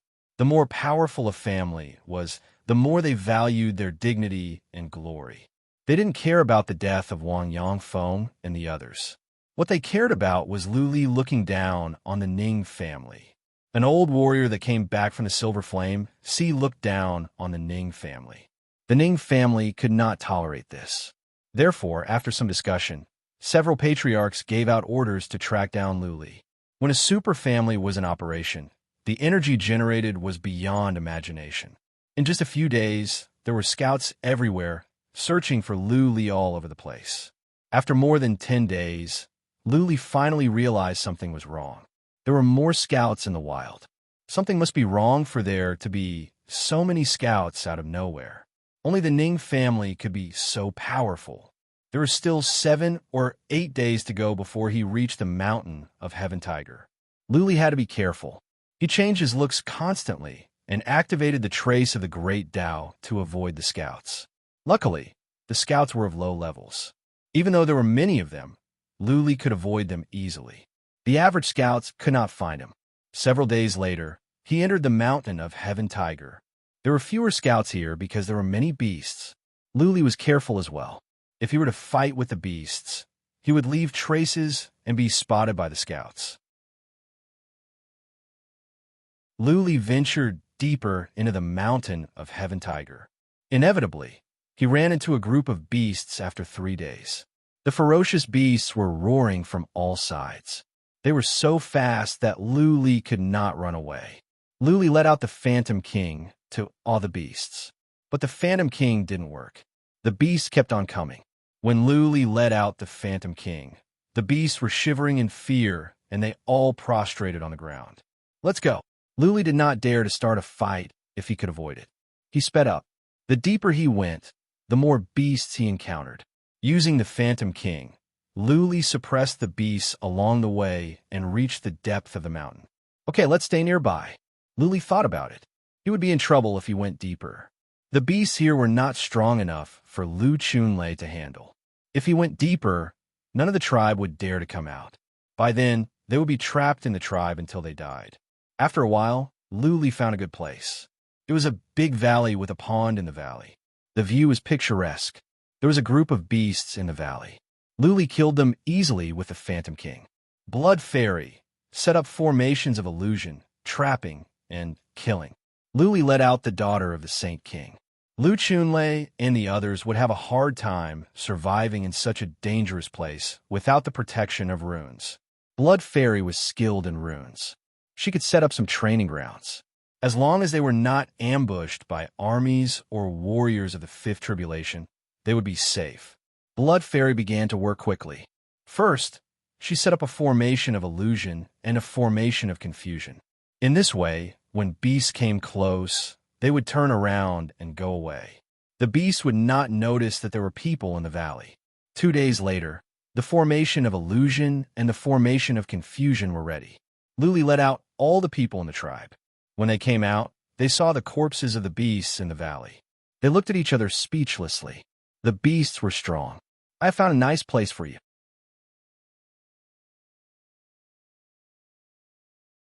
Chapter 24:33.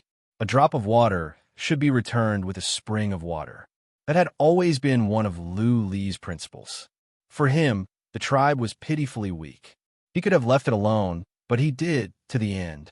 After 5 days, Blood Fairy had placed 7 or 8 divine glyphs.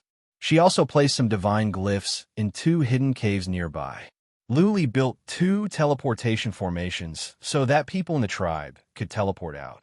In this way, it would be safer to go in and out. There were not many powerful beasts in the area, so people in the tribe could get used to the new environment. Luli left many elixirs to the tribe. Of course, they were not advanced ones, but for people in the tribe, they were the best. Killing Wang Yangfeng and the others gave them several interspatial rings that contained many elixirs and materials. Luli gave them all. He also left 10 billion divine stones so that Lu Chunlei could buy some elixirs for people in the tribe to cultivate. Luli showed Lu Chunlei around the area. Lu Chunlei was satisfied. There were many beasts here, but he could manage them all. Going in and out of the Mountain of Tiger was not a problem.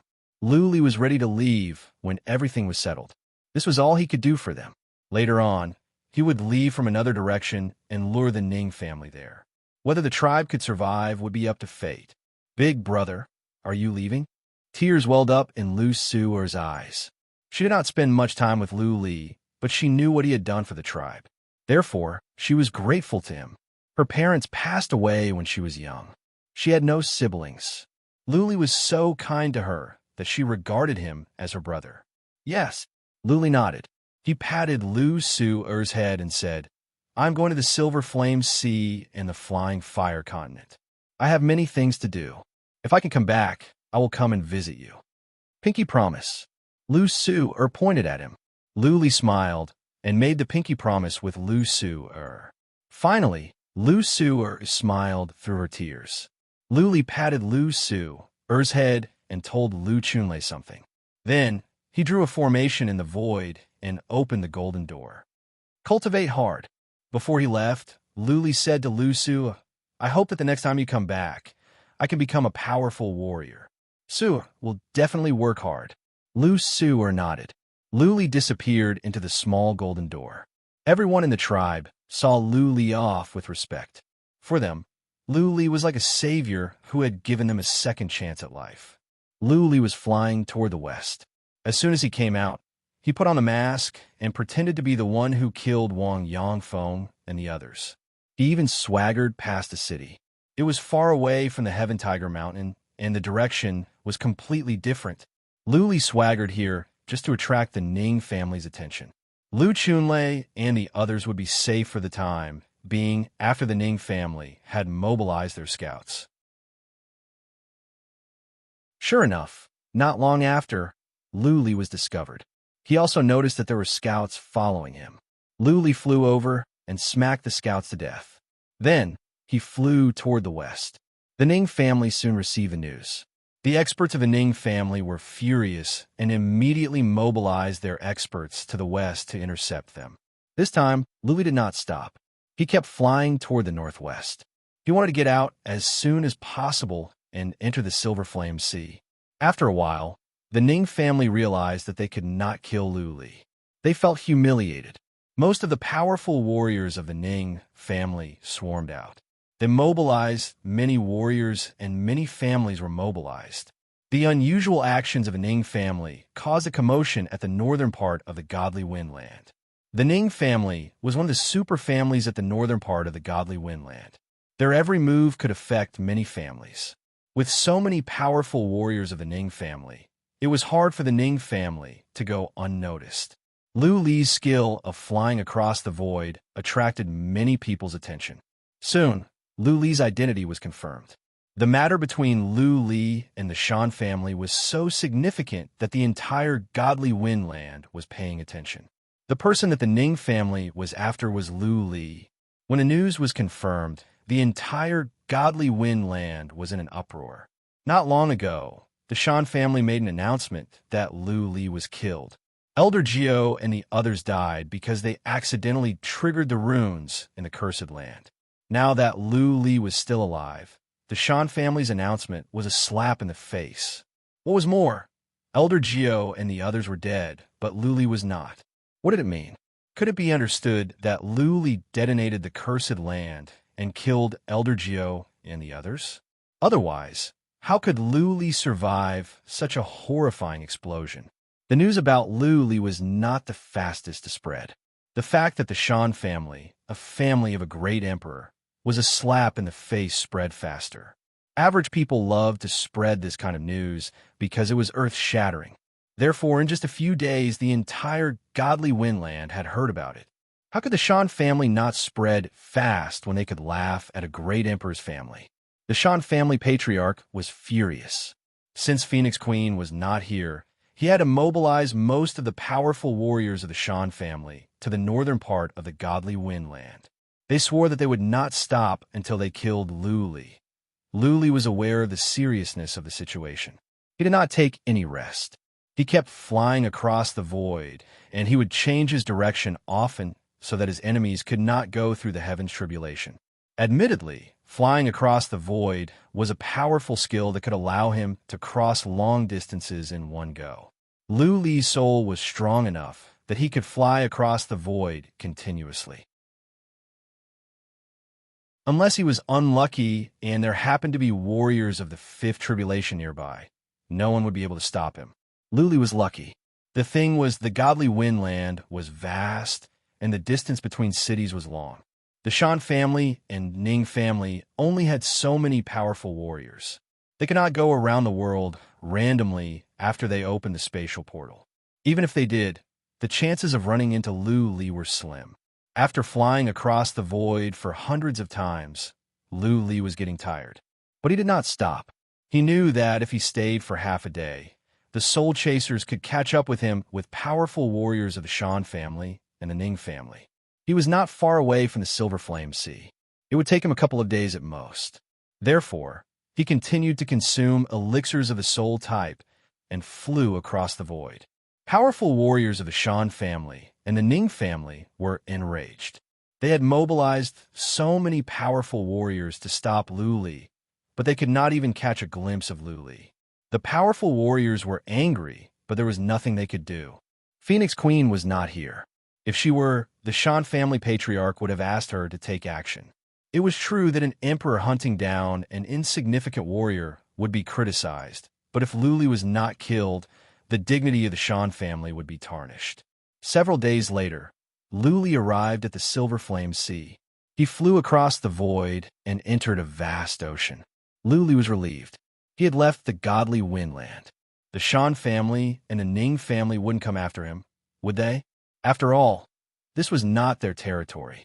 The influx of so many powerful warriors would lead to a war. Silver Flame Sea, but Lu Li was not at ease. As far as he knew, this was the most chaotic area of the third heaven. He had just escaped from the wolf's den only to enter the tiger's den.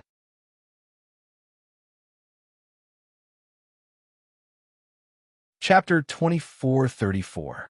The name Silver Flame Sea region had its origins. There were many volcanoes on the sea. Those volcanoes were different from ordinary volcanoes. The flames they spewed were silver and extremely hot. Hence, this place was named the Silver Flame Sea region. The Silver Flame Sea region was huge. It was 10 times bigger than the Divine Wind continent. It was almost as big as the Flying Fire continent. There was a very strange situation here. Some of the islands here would move. It wasn't a human movement, but a natural movement. It was said that there was a special array here. The islands would change their location from time to time. It was also said that a Saint Emperor had set up a huge array here. The outside world did not know the real reason. However, it was true that the islands would move frequently. Occasionally, an island would disappear and appear on the other side of the sea region. There were many ferocious beasts at the bottom of the sea. Some primitive islands also had powerful beings. The spirit energy here was very thick. Divine herbs were like ordinary spirit herbs here. Some islands even had spirit energy 10,000 times thicker. Most importantly, there were 3 primitive mystic realms here. They were the strongest mystic realms in this world. There were 4 thearchs in the Silver Flame Sea region. However, they did not occupy the 3 primitive mystic realms. Instead, they set up a rule. Anyone below 10,000 years old could enter. 100 people could enter each time. If they wanted to enter, they had to fight. The winner would enter. This was similar to the rules of the second Heaven Genius competition. It was also because of the 3 primitive mystic realms that the Silver Flame Sea region was so chaotic. Countless martial artists without great family clans or factions rushed here. They wanted to enter the primitive mystic realms. With so many people, it was naturally chaotic. In addition, there were too many divine herbs and resources here. There were also those supreme great islands. All of these attracted countless people to fight for them. There was also another situation in the Silver Flame Sea region. When the Silver Flame volcanoes erupted, they would occasionally spit out some precious crystals or divine materials. Sometimes, a small martial artist would suddenly pick up a crystal and sell it for 100 billion divine stones.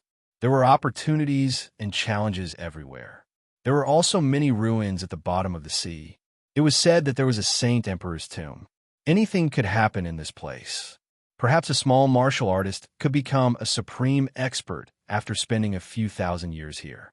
Of course, there were opportunities and challenges. The more people there were, the easier it was to fight. Furthermore, the thearchs never cared. Even if a clan was wiped out and their children were killed, the thearchs would not care. Over the years, the Silver Flame Sea region had become the most chaotic region. Even territorial lords might be killed if they entered. Occasionally, you would meet an ordinary-looking old man, but he might be an ultimate old demon. No one dared to guarantee that they would be able to survive here, but if they were able to survive for a period of time, they were either from a great power or had very strong battle prowess. At the very least, they had the means to protect themselves. When Luli arrived at the Silver Flame Sea, he didn't fly anymore. Instead, he flew toward the northeast. He had done his homework.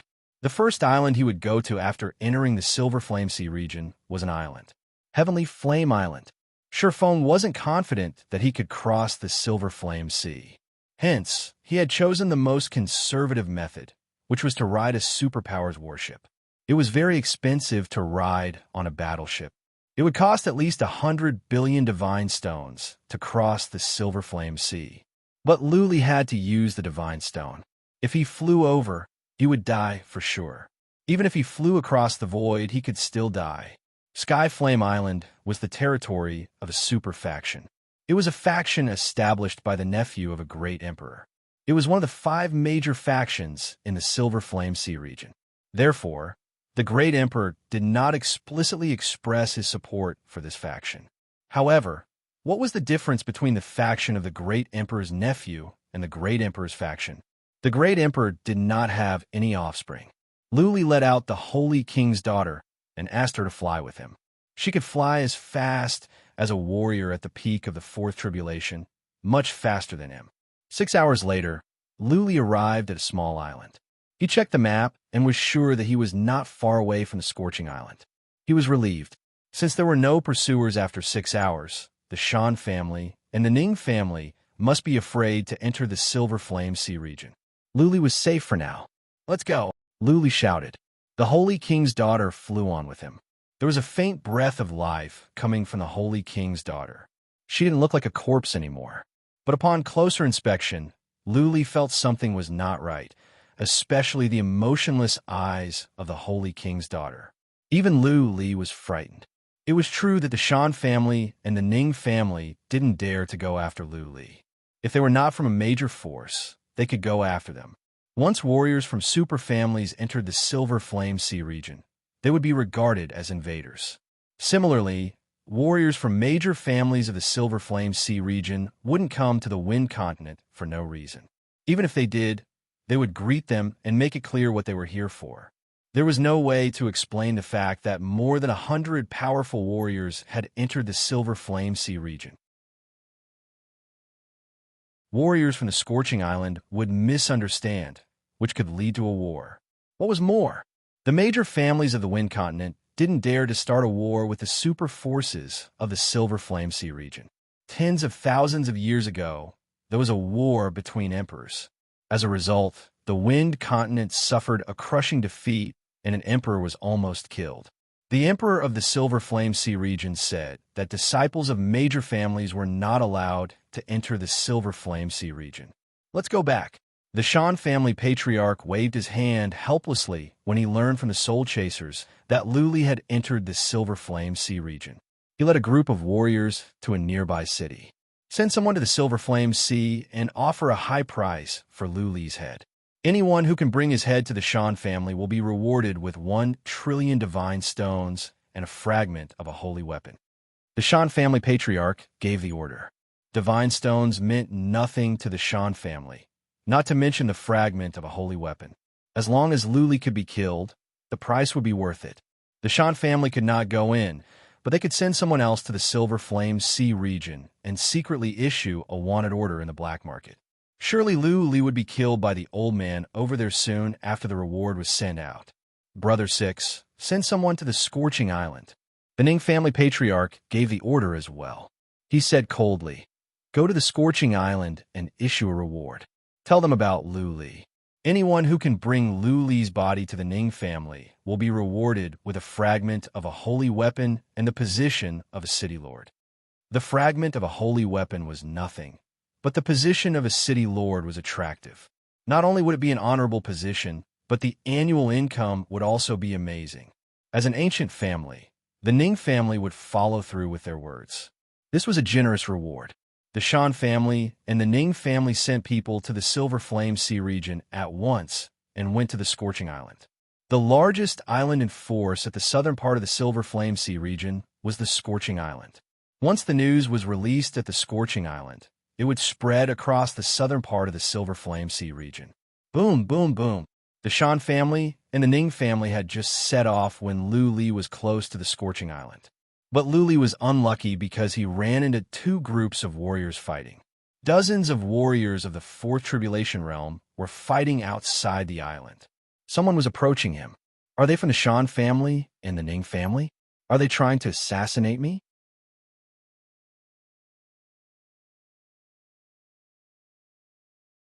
Chapter 2435. The 2 groups were not here for Luli. It had always been this way at the Scorching Island. If there was a conflict, they would fight outside. The Scorching Island would not care how many people died outside. But if they fought on the island, everyone would die. Luli and the daughter of Holy King dived into the sea. However, some people still noticed them.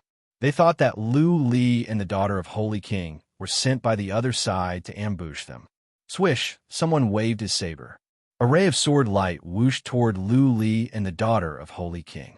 Luli had no sense of loyalty. He asked the daughter of Holy King to fend it off. Boom! The daughter of the Holy King survived the strike and was unharmed. Still, Luli asked Blood Fairy to pretend that she was knocked back while she took Luli into the water. Boom! Water splashed up as Luli and the daughter of Holy King fell into the sea. They dived down at the top of their speed, heading toward the bottom. Luli's decision was correct. Those up there did not pay much attention to them since they had run away. After all, there was a war going on up there. Who would go after 2 weak warriors? Luli and the daughter of Holy King were not strong. Luli was relieved. He put away the daughter of Holy King at the bottom of the sea and went to the Scorching Island on his own. When he arrived at the bottom of the island, he changed his look and dashed to the island. As soon as he was on the Scorching Island, Luli was noticed. There were warriors patrolling around the island. Luli did not move and waited for them to come. The warriors did not ask for an ID token. They only asked for divine stones. Anyone who wanted to enter the island must pay 1 million divine stones first. 1 million divine stones was nothing to Luli. He handed over the divine stones and received a token. Then he could go in and out of the island freely. Of course, the token had a time limit. It would be changed every year. That was to say, to stay on the island for a year, he would have to pay 1 million divine stones. How many people were there on the island? Luli guessed at least tens of millions. The scorching island was good at making money. Along the way, Luli quickly changed his appearance and found a huge city. It was called the Scorching City, the main city of the Scorching Island. This city was very majestic. It was even bigger than the main city of the Divine Wind Continent. Not to mention the other cities on the island, just this city alone was estimated to have tens of millions of people. There were many strange races here, and Fourth Tribulation warriors could be seen everywhere. Luli was not in the mood to wander around in the city. He went to a tavern and asked the waiter for some information. After spending tens of thousands of divine stones, Luli got the information he wanted. He immediately went to a castle, where he paid a deposit of 10 billion godstones and booked a ticket to the Flying Fire Continent. Every month, a super warship would set off on time. Of course, the people on this warship weren't limited to those who had lost the Flying Fire Continent. There were also people who had disembarked midway. Under normal circumstances, most of the people who took the warships were merchants.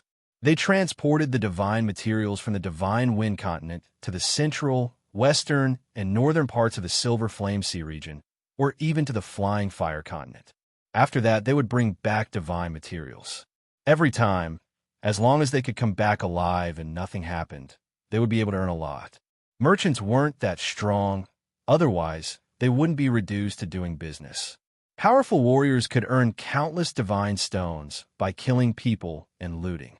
They didn't have to do something so tiring that they could die at any time. There were 8 more days before the next departure. Luli made up his mind. The most important thing was that no violence was allowed in the Tianyin city. Otherwise, nobody from the Tianyin island would respect them. Of course, it would be a different story if it were an emperor. What kind of person was an emperor? Nobody would have the guts to offend him. Luli stayed for 2 days and then moved to another tavern. 2 days later, he moved to another tavern again. At the same time, he sent someone to gather information. 6 days later, he received a piece of bad news. The Ning family and the Shan family were offering a huge reward for his life. The two families' credibility was needless to say. Even though they were from the godly Wind Continent, people in the Silver Flame Sea region would not recognize families. They only recognized divine stones and treasures. Now, many people in the entire Tianyin city were searching for him. Some people had bribed warriors to check on those who had recently entered the island.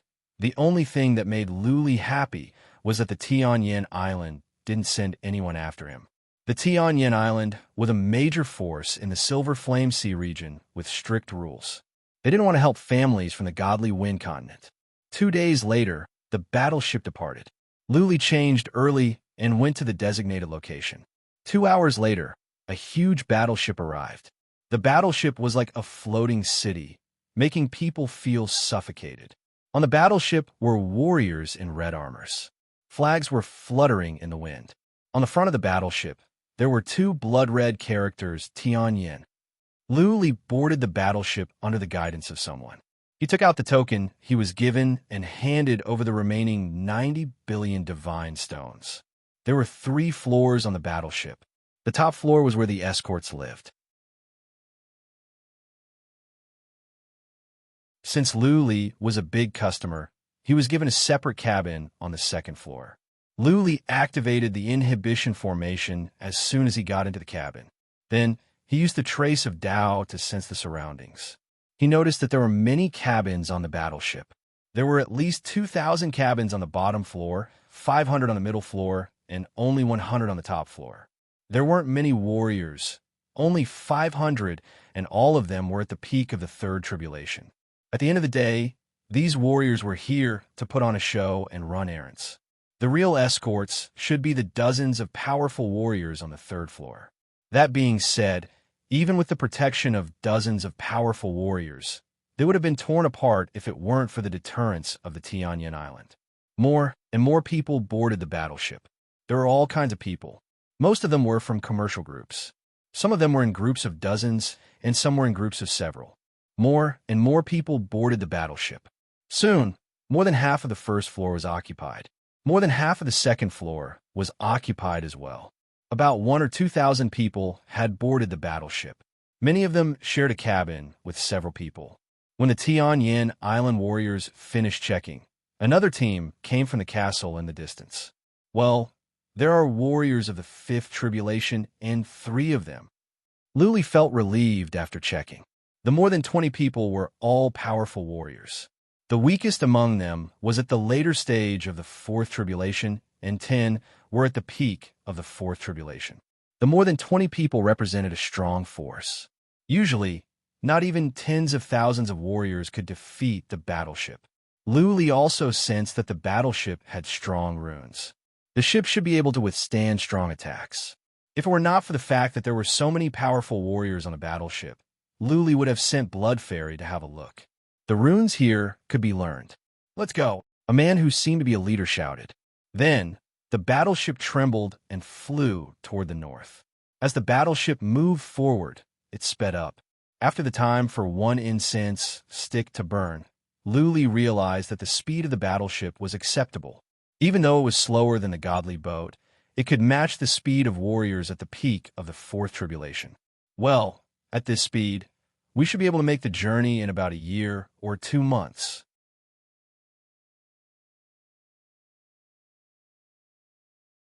Chapter 2436.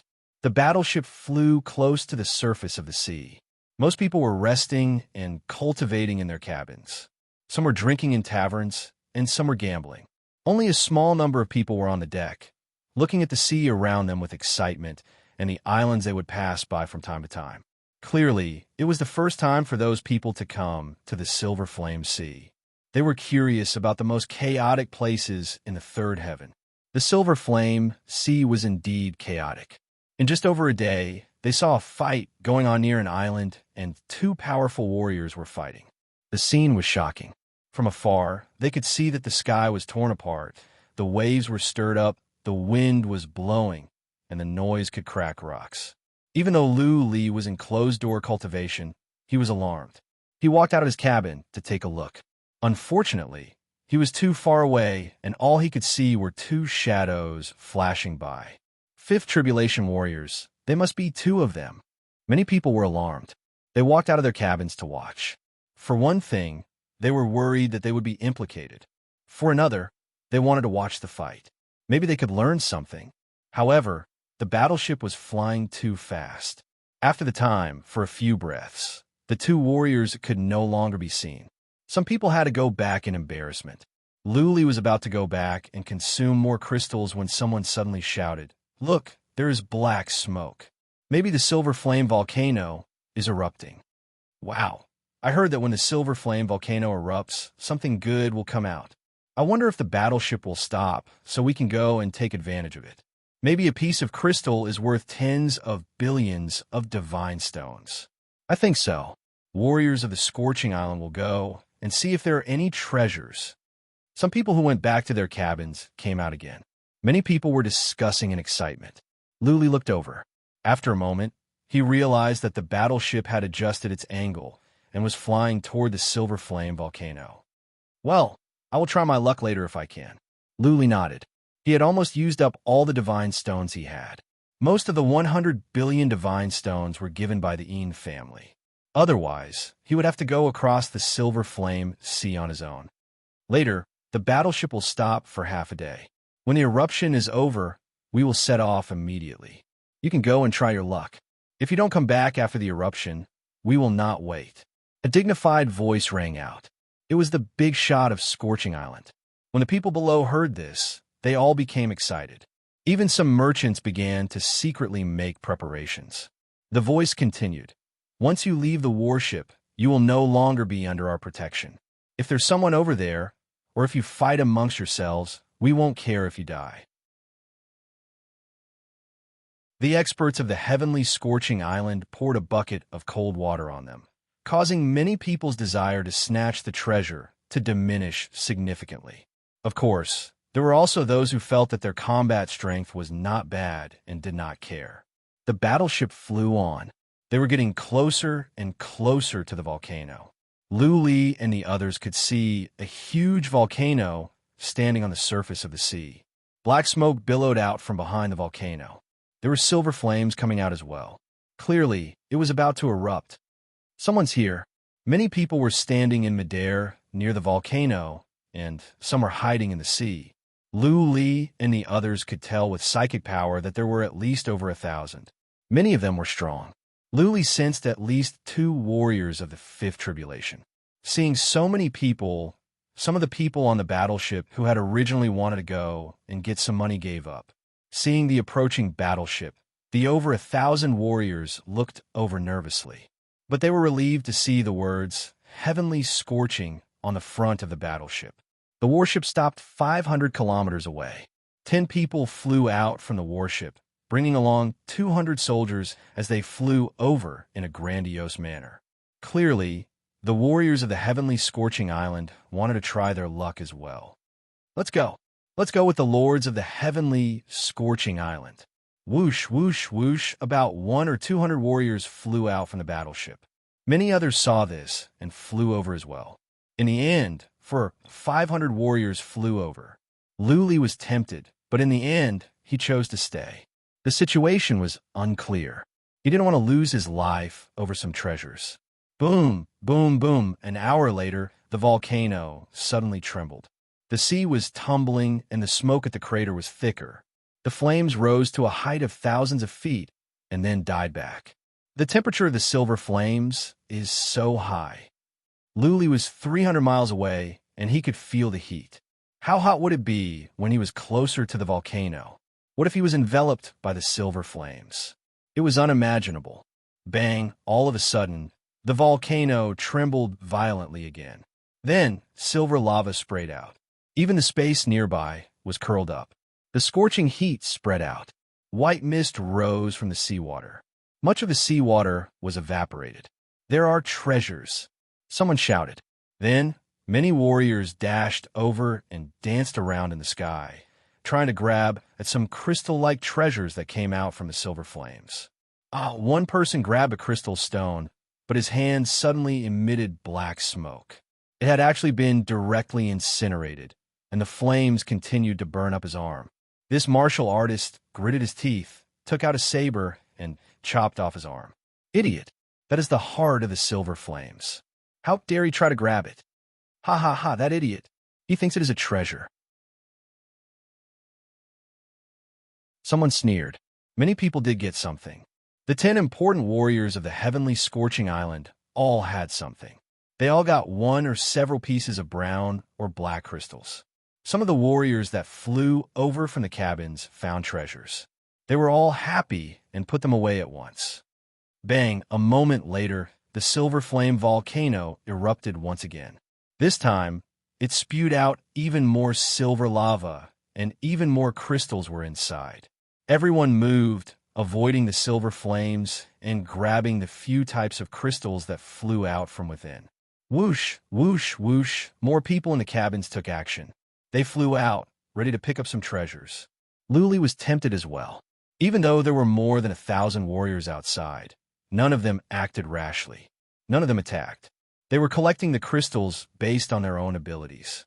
Maybe the powerful warriors of the Heavenly Scorching Island had gone over, and those warriors didn't dare to offend the Heavenly Scorching Island. Let's go. Luli thought for a while. In the end, he couldn't stand it anymore. He flew over. However, just as he flew out of the cabin, he felt his heart skipped a beat. He noticed that more than a dozen psychic powers in the cabin had locked onto him.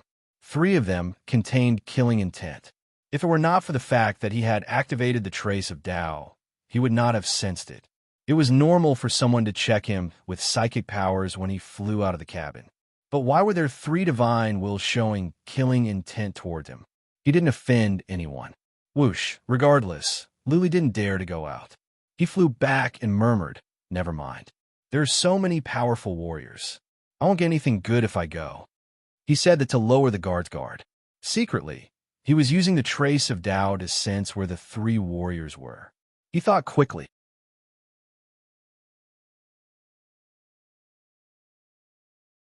Chapter 24:37. Luli thought about it for a while and then flew out again. He seemed to be blinded by greed and wanted to take a gamble. But his attention was not on the silver flame volcano. He was secretly using the trace of the great path to sense what was behind him. Whoosh, whoosh, whoosh. From behind him came 3 noises. 3 people flew out. Without any hesitation, Luli turned around and flew back to the battleship. He murmured again, "Never mind, never mind. Don't go. I could die if I'm not careful." He didn't even look at the 3 of them, but he could sense their situation. The 3 were clearly in cahoots. One was at the peak of the 4th tribulation, one at the later stage, and one at the middle stage. The 3 threw Luli a glance. Luli could sense anger in the depth of their eyes, but they didn't go back with Luli. Instead, they dashed toward the volcano. They pretended nothing was wrong and didn't look at Luli. They must have confirmed my identity. Luli was sure of this. Just now, when he tried to fly out, the 3 followed him. Clearly, they wanted to kill him outside the battleship. After that, they would turn around and go directly to the Windland to claim the reward. They were going to the Silver Flame volcano because they didn't want to alert the enemy. Luli was troubled.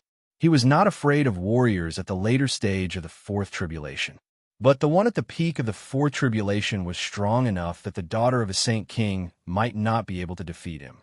If Luli were to fight recklessly, he might die in the hands of the 3. Luckily, the battleship is safe. They don't dare to fight here. This was the only thing that Luli felt lucky about. Just now, he used the trace of the Great Path. Otherwise, he wouldn't even know how he died if the 3 suddenly attacked him. Bang! The volcano was still erupting. Every now and then, some crystals would be spat out. The warriors, they were having a lot of fun. There had been no fights. It was all based on one's ability and luck. Countless amounts of silver magma spilled out, and the nearby sea was floating with silver magma. Black smoke and white fog covered the sky and the earth, making it look like hell. All of a sudden, there came a sound of surprise. Then, a ray of black and golden light flew out. A warrior nearby tried to grab it. Just as Xiao Chun grabbed that cultivator, a black shadow flashed by, and that cultivator's head exploded. He was killed instantly. The black shadow grabbed the black and golden light in his hand and revealed a joyful expression.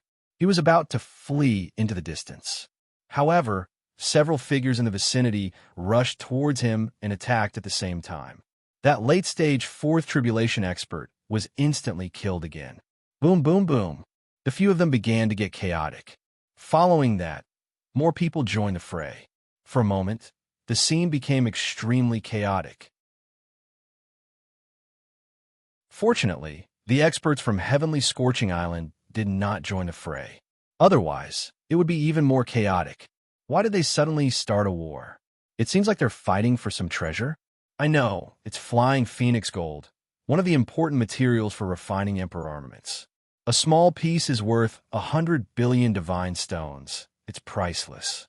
No wonder a battle suddenly broke out. Look, someone died again. The cabin suddenly became lively.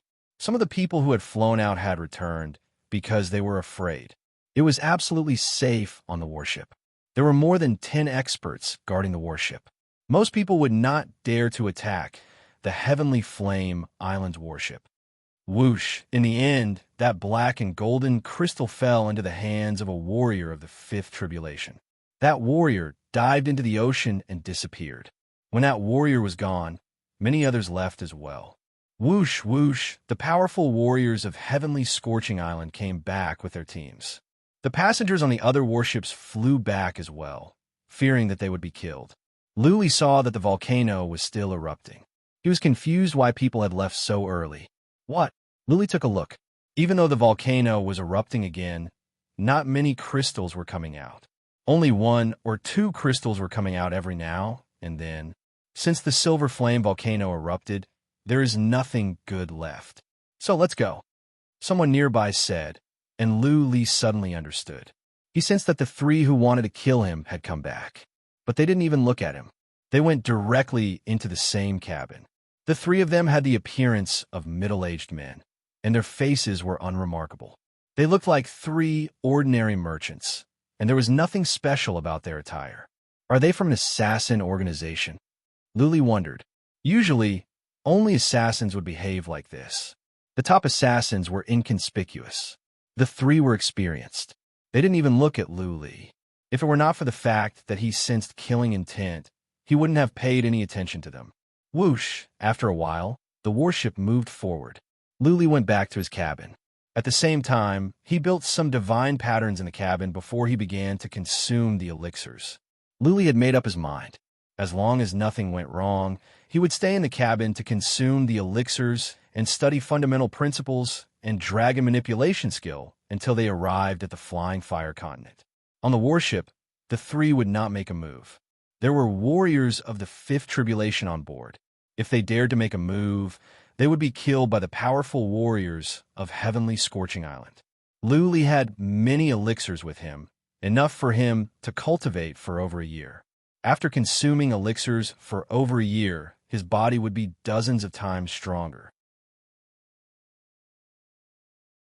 If he could master the dragon manipulation skill, he wouldn't have to be afraid of warriors at the peak of the Fourth Tribulation. The warship flew on steadily.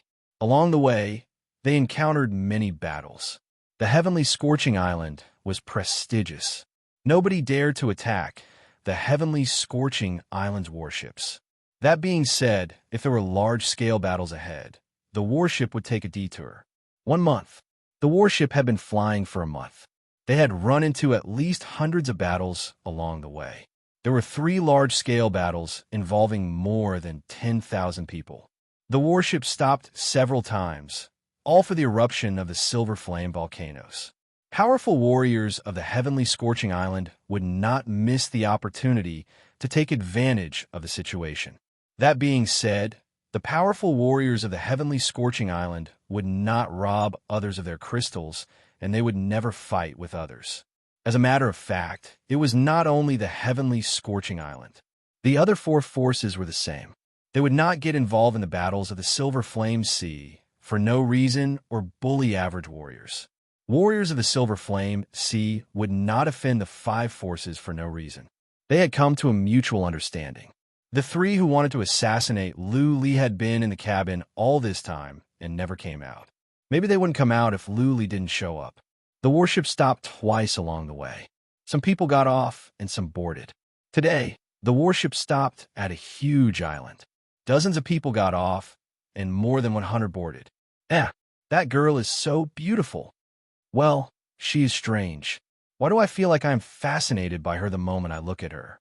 Don't talk nonsense. There's a warrior of the Fifth Tribulation with her. She might be a young lady of super family. Be careful. Most of the men on the deck were attracted by a beautiful girl who suddenly boarded the warship. Not only was this woman extremely beautiful, but her temperament was also extraordinary. Her eyes were especially beautiful, and there was a kind of magical power that could deeply attract people. What was more, this girl was not cold. She was smiling as if she was smiling with everyone. She was seducing people in silence, making many young men's hearts beat faster and excited.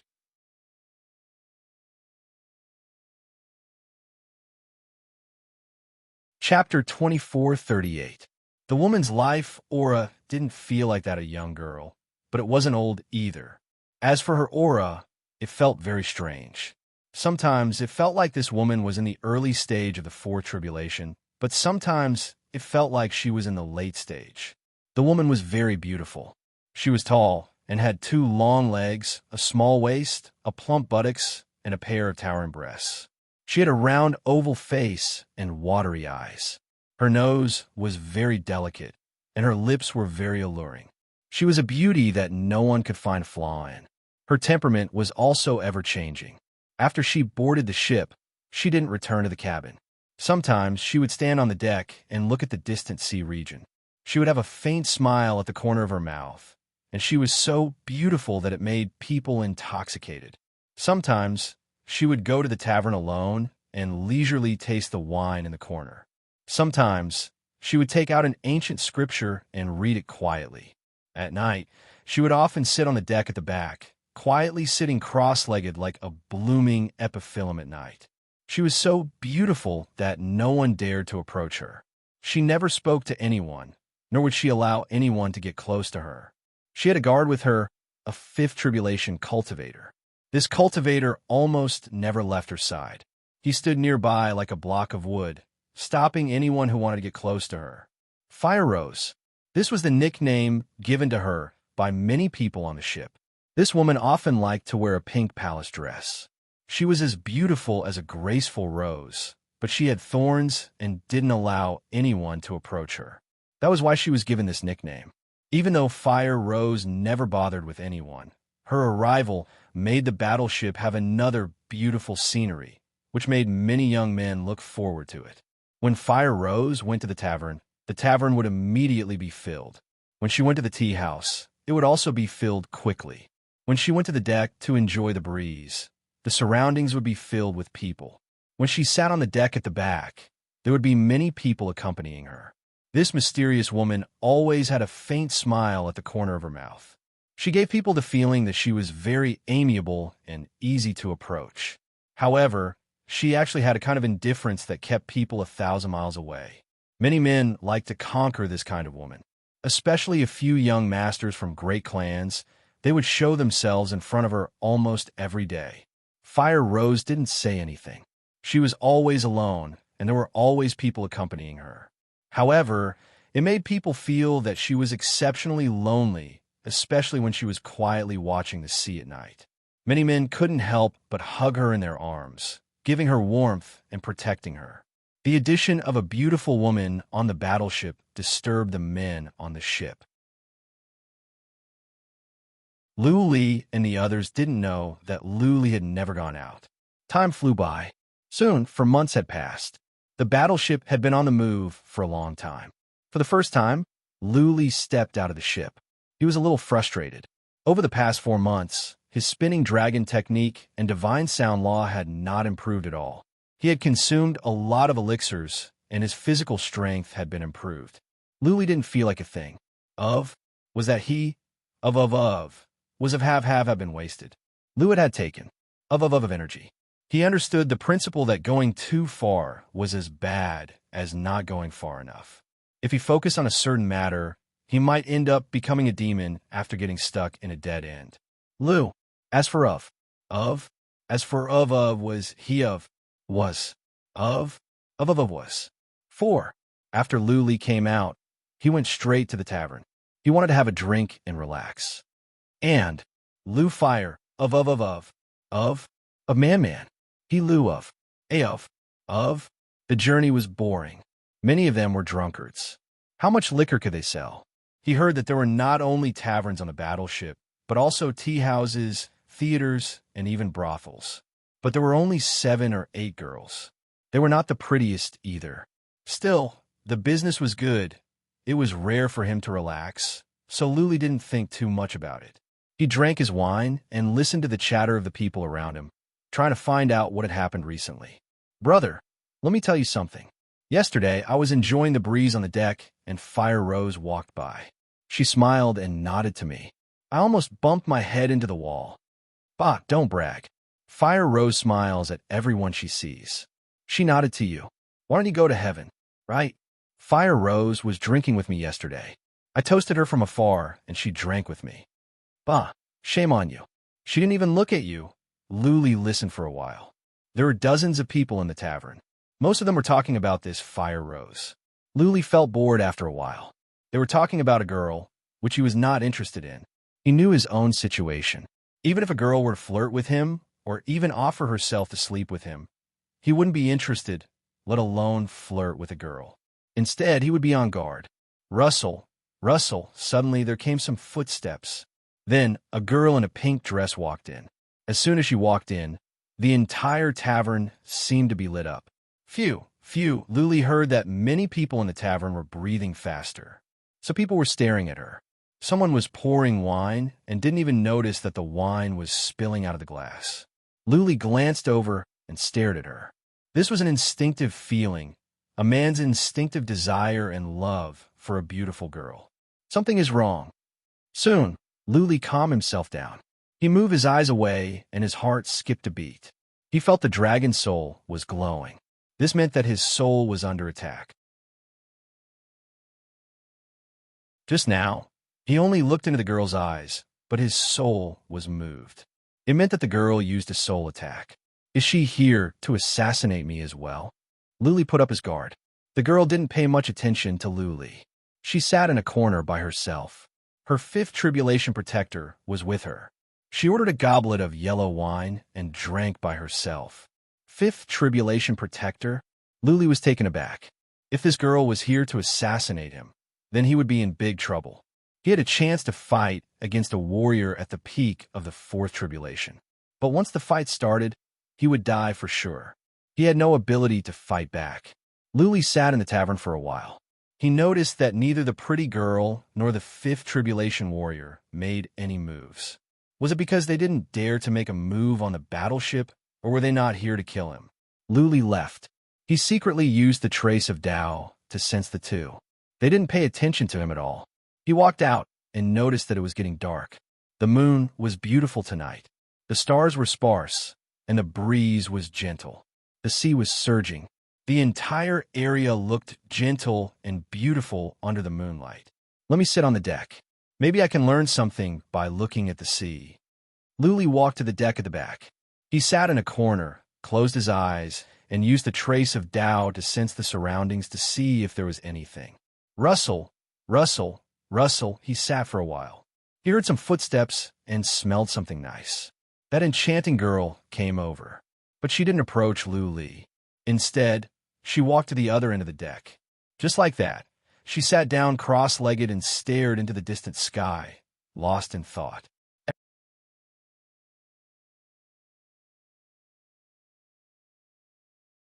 Chapter 2439. If it was a blessing, it was not a curse. If it was a curse, he could not avoid it. If the lady and the old man were really here to kill him, then it would be pointless for him to hide in the cabin. Warriors of the fifth tribulation could crack the divine patterns and kill him in an instant. Luli didn't leave. Through the trace of Tao, he sensed something was not right. There was no killing intent from the two. The lady's eyes were still blurred. She stared at the sea in the distance, lost in thought.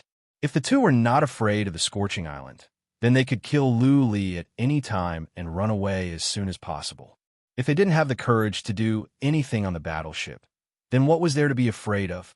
Luli figured it out. He didn't stand up and go back. Instead, he sat with his legs crossed like an old monk in meditation. Gradually, more and more people were sitting around. But they weren't here to meditate. They would look at the lady every now and then. Most of them were young men. Clearly, they had ulterior motives. After a while, Luli was relieved. Maybe the lady was not here to kill him. She had been staring at the sea in the distance by herself. She had mixed feelings. There was reminiscence, nostalgia, and sadness in her eyes. It had to be said that this woman was very alluring, especially her misty eyes. They were like two beautiful stars that could attract the hearts of all men and make them sink into them, unable to extricate themselves. She is a powerful soul warrior, Luli said to himself. He tried to sense the lady's realm. Like the others, she was at the initial stage of the fourth tribulation and then at the later stage. He could not tell. Luli sat with his legs crossed for half the night. The lady turned around and went back to her cabin. As soon as she left, many young masters left as well. Finally, Luli could calm himself down. He stared at the sea, lost in thought. He spent the whole night gazing into the distance. Luli woke up at the break of dawn when the sky in the east began to brighten.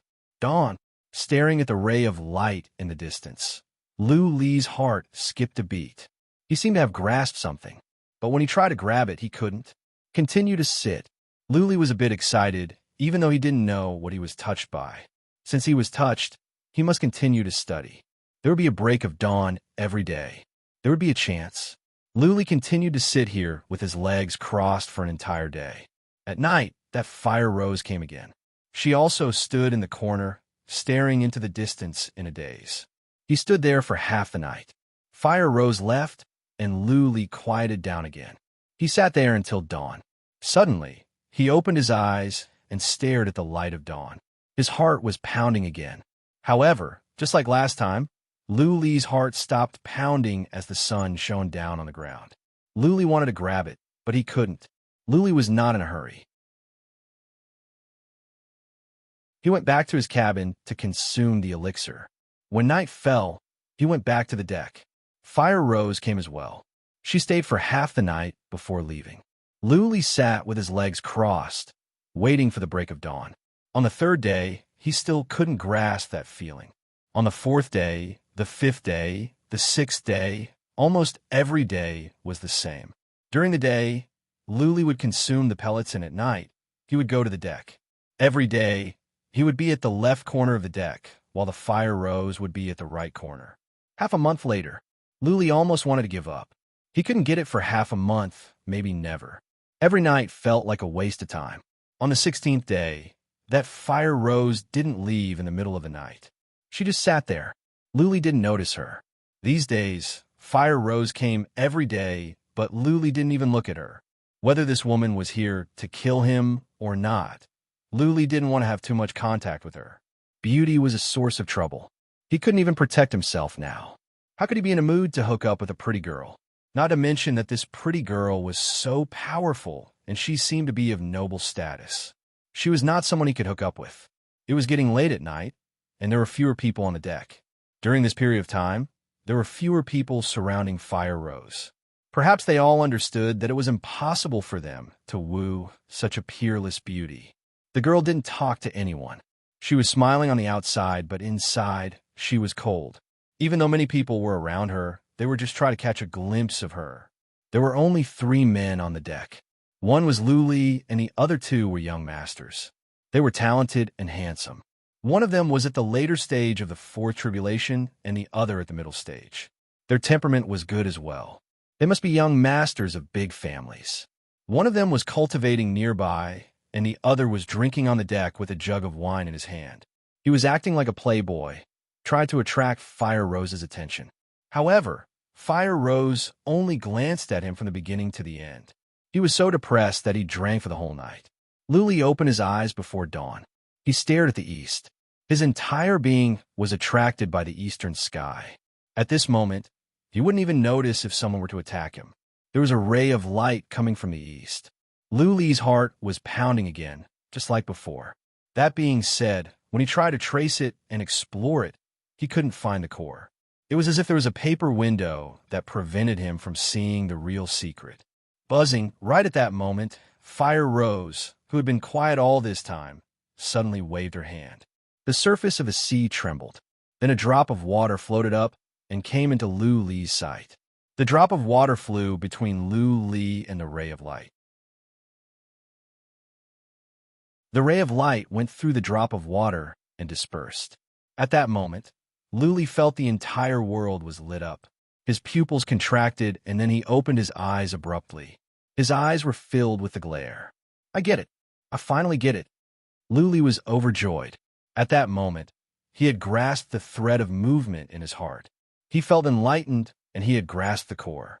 At that moment, he understood the day when he mastered the dragon reading skill was not far away. He was absolutely confident that he could master the dragon reading skill. He closed his eyes to digest for a moment.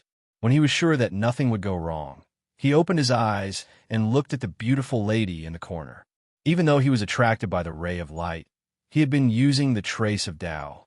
Naturally, he could sense what Fire Rose was doing. He was well aware that the reason why he could understand the dragon reading skill was all thanks to this beautiful lady.